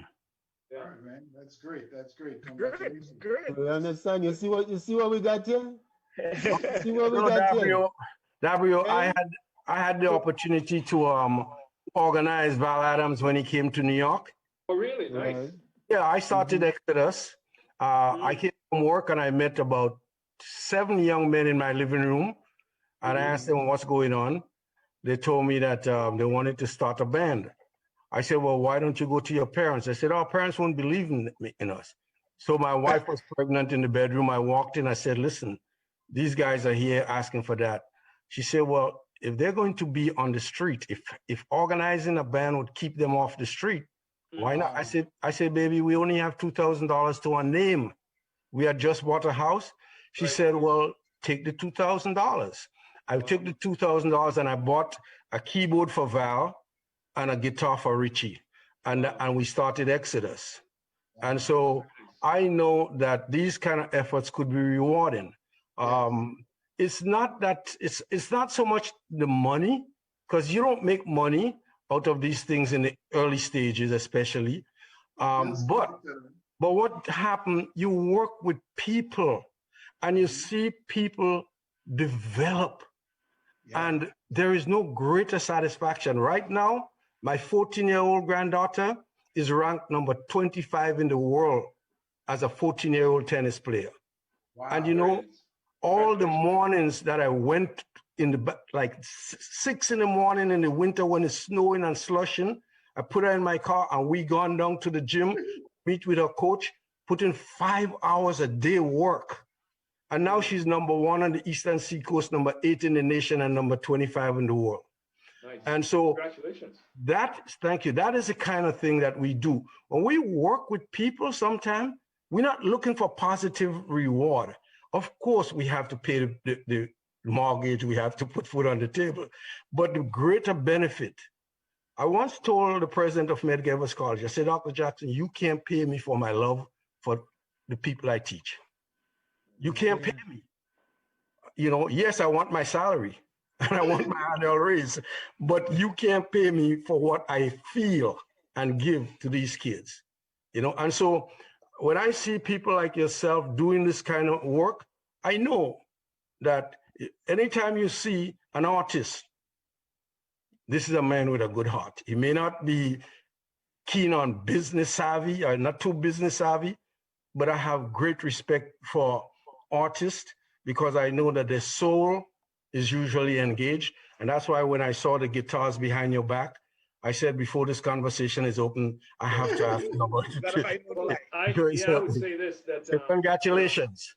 Thank you. And my career has actually afforded me the opportunity to get some of these instruments. I mean, and my love of business, and I think just the notion of leadership, I think sometimes is underestimated.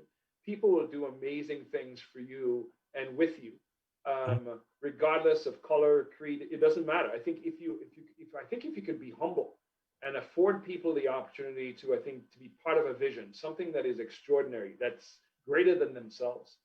I've seen it sometimes I feel like I'm the luckiest guy on the planet because some things happen and I'm thinking, wow, this happened, and you begin to figure it out. If you invite people to be part of something exceptional, typically they're willing to work way harder than the average person to make it a reality. Yeah. Have any of you seen the Grenada School National School Orchestra? No, I haven't seen it. I got some yesterday. Some people sent me some things. It is very impressive. They have 4 sections. They have violins, a string section. They have a drum section, a percussion section, a horn section.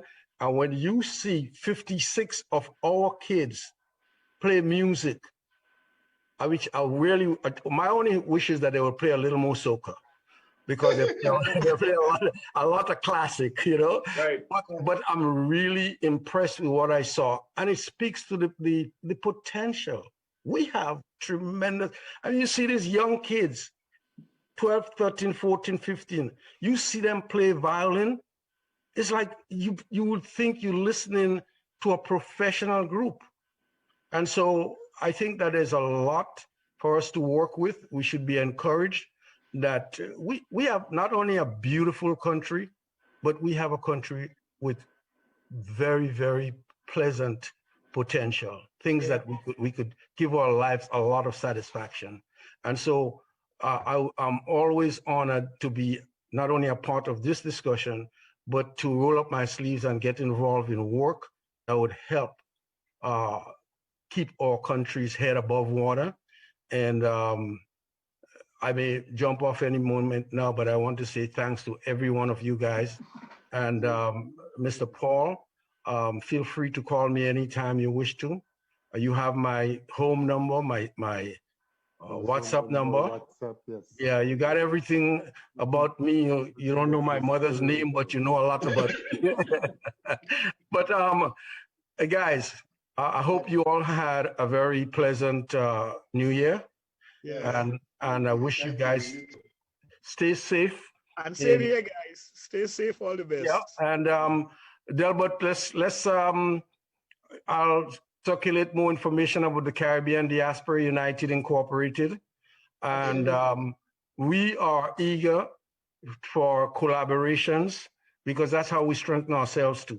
We have a 20-something member executive, and we have some serious programs. We have a social networking program where we participated in making demands for social justice in this country. We are working with African Americans to struggle for better social justice situation. We have an education committee that, Raphael, we did something similarly. We asked people in our immediate circle to write essays about the various Caribbean islands and what it means to them. A young lady about 10 years old, she won the prize for writing about Barbados, about what, her mother is from Barbados and what the country means to her. So we're doing this thing. We just had a 5K, a virtual 5K where people could walk in Atlanta, send in their records in California, send in the pictures of what they did. And we have a cultural committee, and we are organizing. Right now we're planning to organize a cultural extravaganza and a sports meet among the diaspora here. I spoke with, what's his name? The chairman of the Carnival Committee, Gypsy. And we are thinking about the kind of things to organize a Caribbean caravan to come through the United States, at least the Eastern Seacoast, once a year, once this COVID thing has happened. We're putting together the promoters because we believe that linkages with the island is very important and that we could support the Caribbean islands and the things that the Caribbean islands could provide us, nostalgic things that we need that would bring betterment and happiness to our lives. So I want you to know that we here in the diaspora may not be ready to do it because the conduit isn't built yet to channel our support. But we are appreciative of our country, and we stand ready to help whenever the opportunity presents itself. We also are prepared to work in building that conduit that I spoke about. Yeah. So guys, stay safe. Enjoy 2021.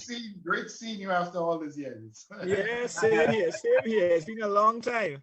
Yes, it's been a while. But you know what? I always tell people, time nor space does not affect my affection for good things. Yes. And good people. Yes. Same here. Thank you. Okay, guys, all the best. All right. All right. Take care.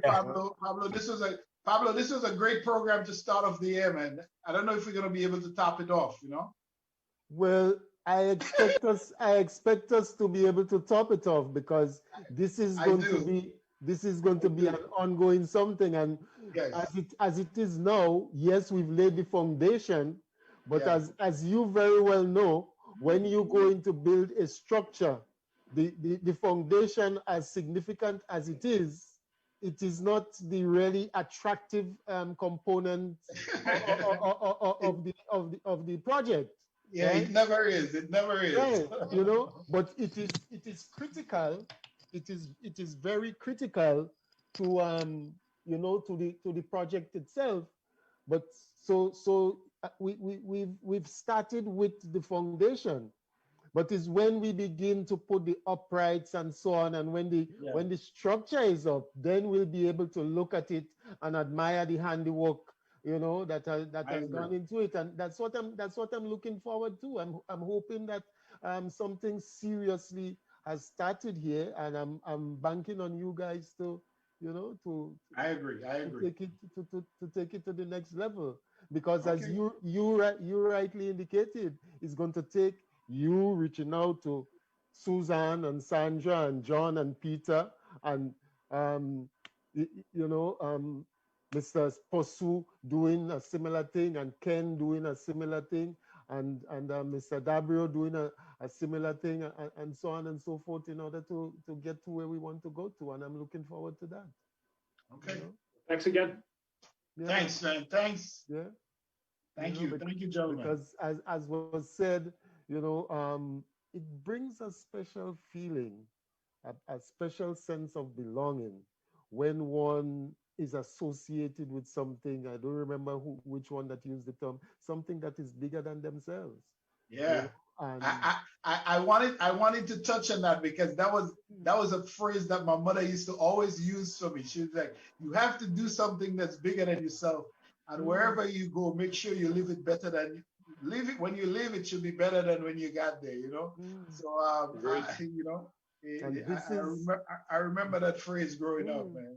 This is what I am feeling here now, that to be, you know, being involved with something that is so much bigger than me, you know, and I'm really happy to be part of it, and I'm really happy and thankful that John Kelly's and Jim FM have afforded me the opportunity to be part of that process and that initiative right now.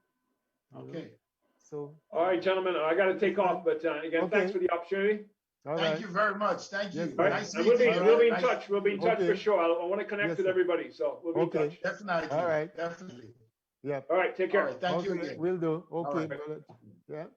So that's a wrap this evening on the comfort zone. It's the first episode, the first edition for 2021, and it was really a pleasure being able to get some of our professional people in the US diaspora to participate in the first conversation of how do we create how do we establish a concrete approach for the involvement of our diaspora in our domestic economy. And there's been many ideas that's been shared, and we look forward to taking it to the next level. So thank you to all those who joined us this evening, this afternoon. Thank you to viewers and listeners, those of you who, you know, have been with us from last year. Thank you. Welcome back. Thank you to Brother John for providing me with, you know, providing us with that platform.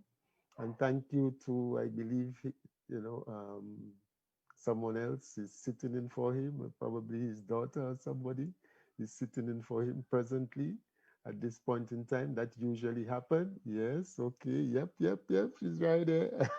Okay, thank you, my dear. You're always there, and it's not the first time that you are sitting in for your dad, and I really do appreciate, you know, the contribution that you make to enabling and facilitating such a conversation. So that puts a wrap on the comfort zone for the 2nd of January, the 21st edition of the comfort zone in 2021, the first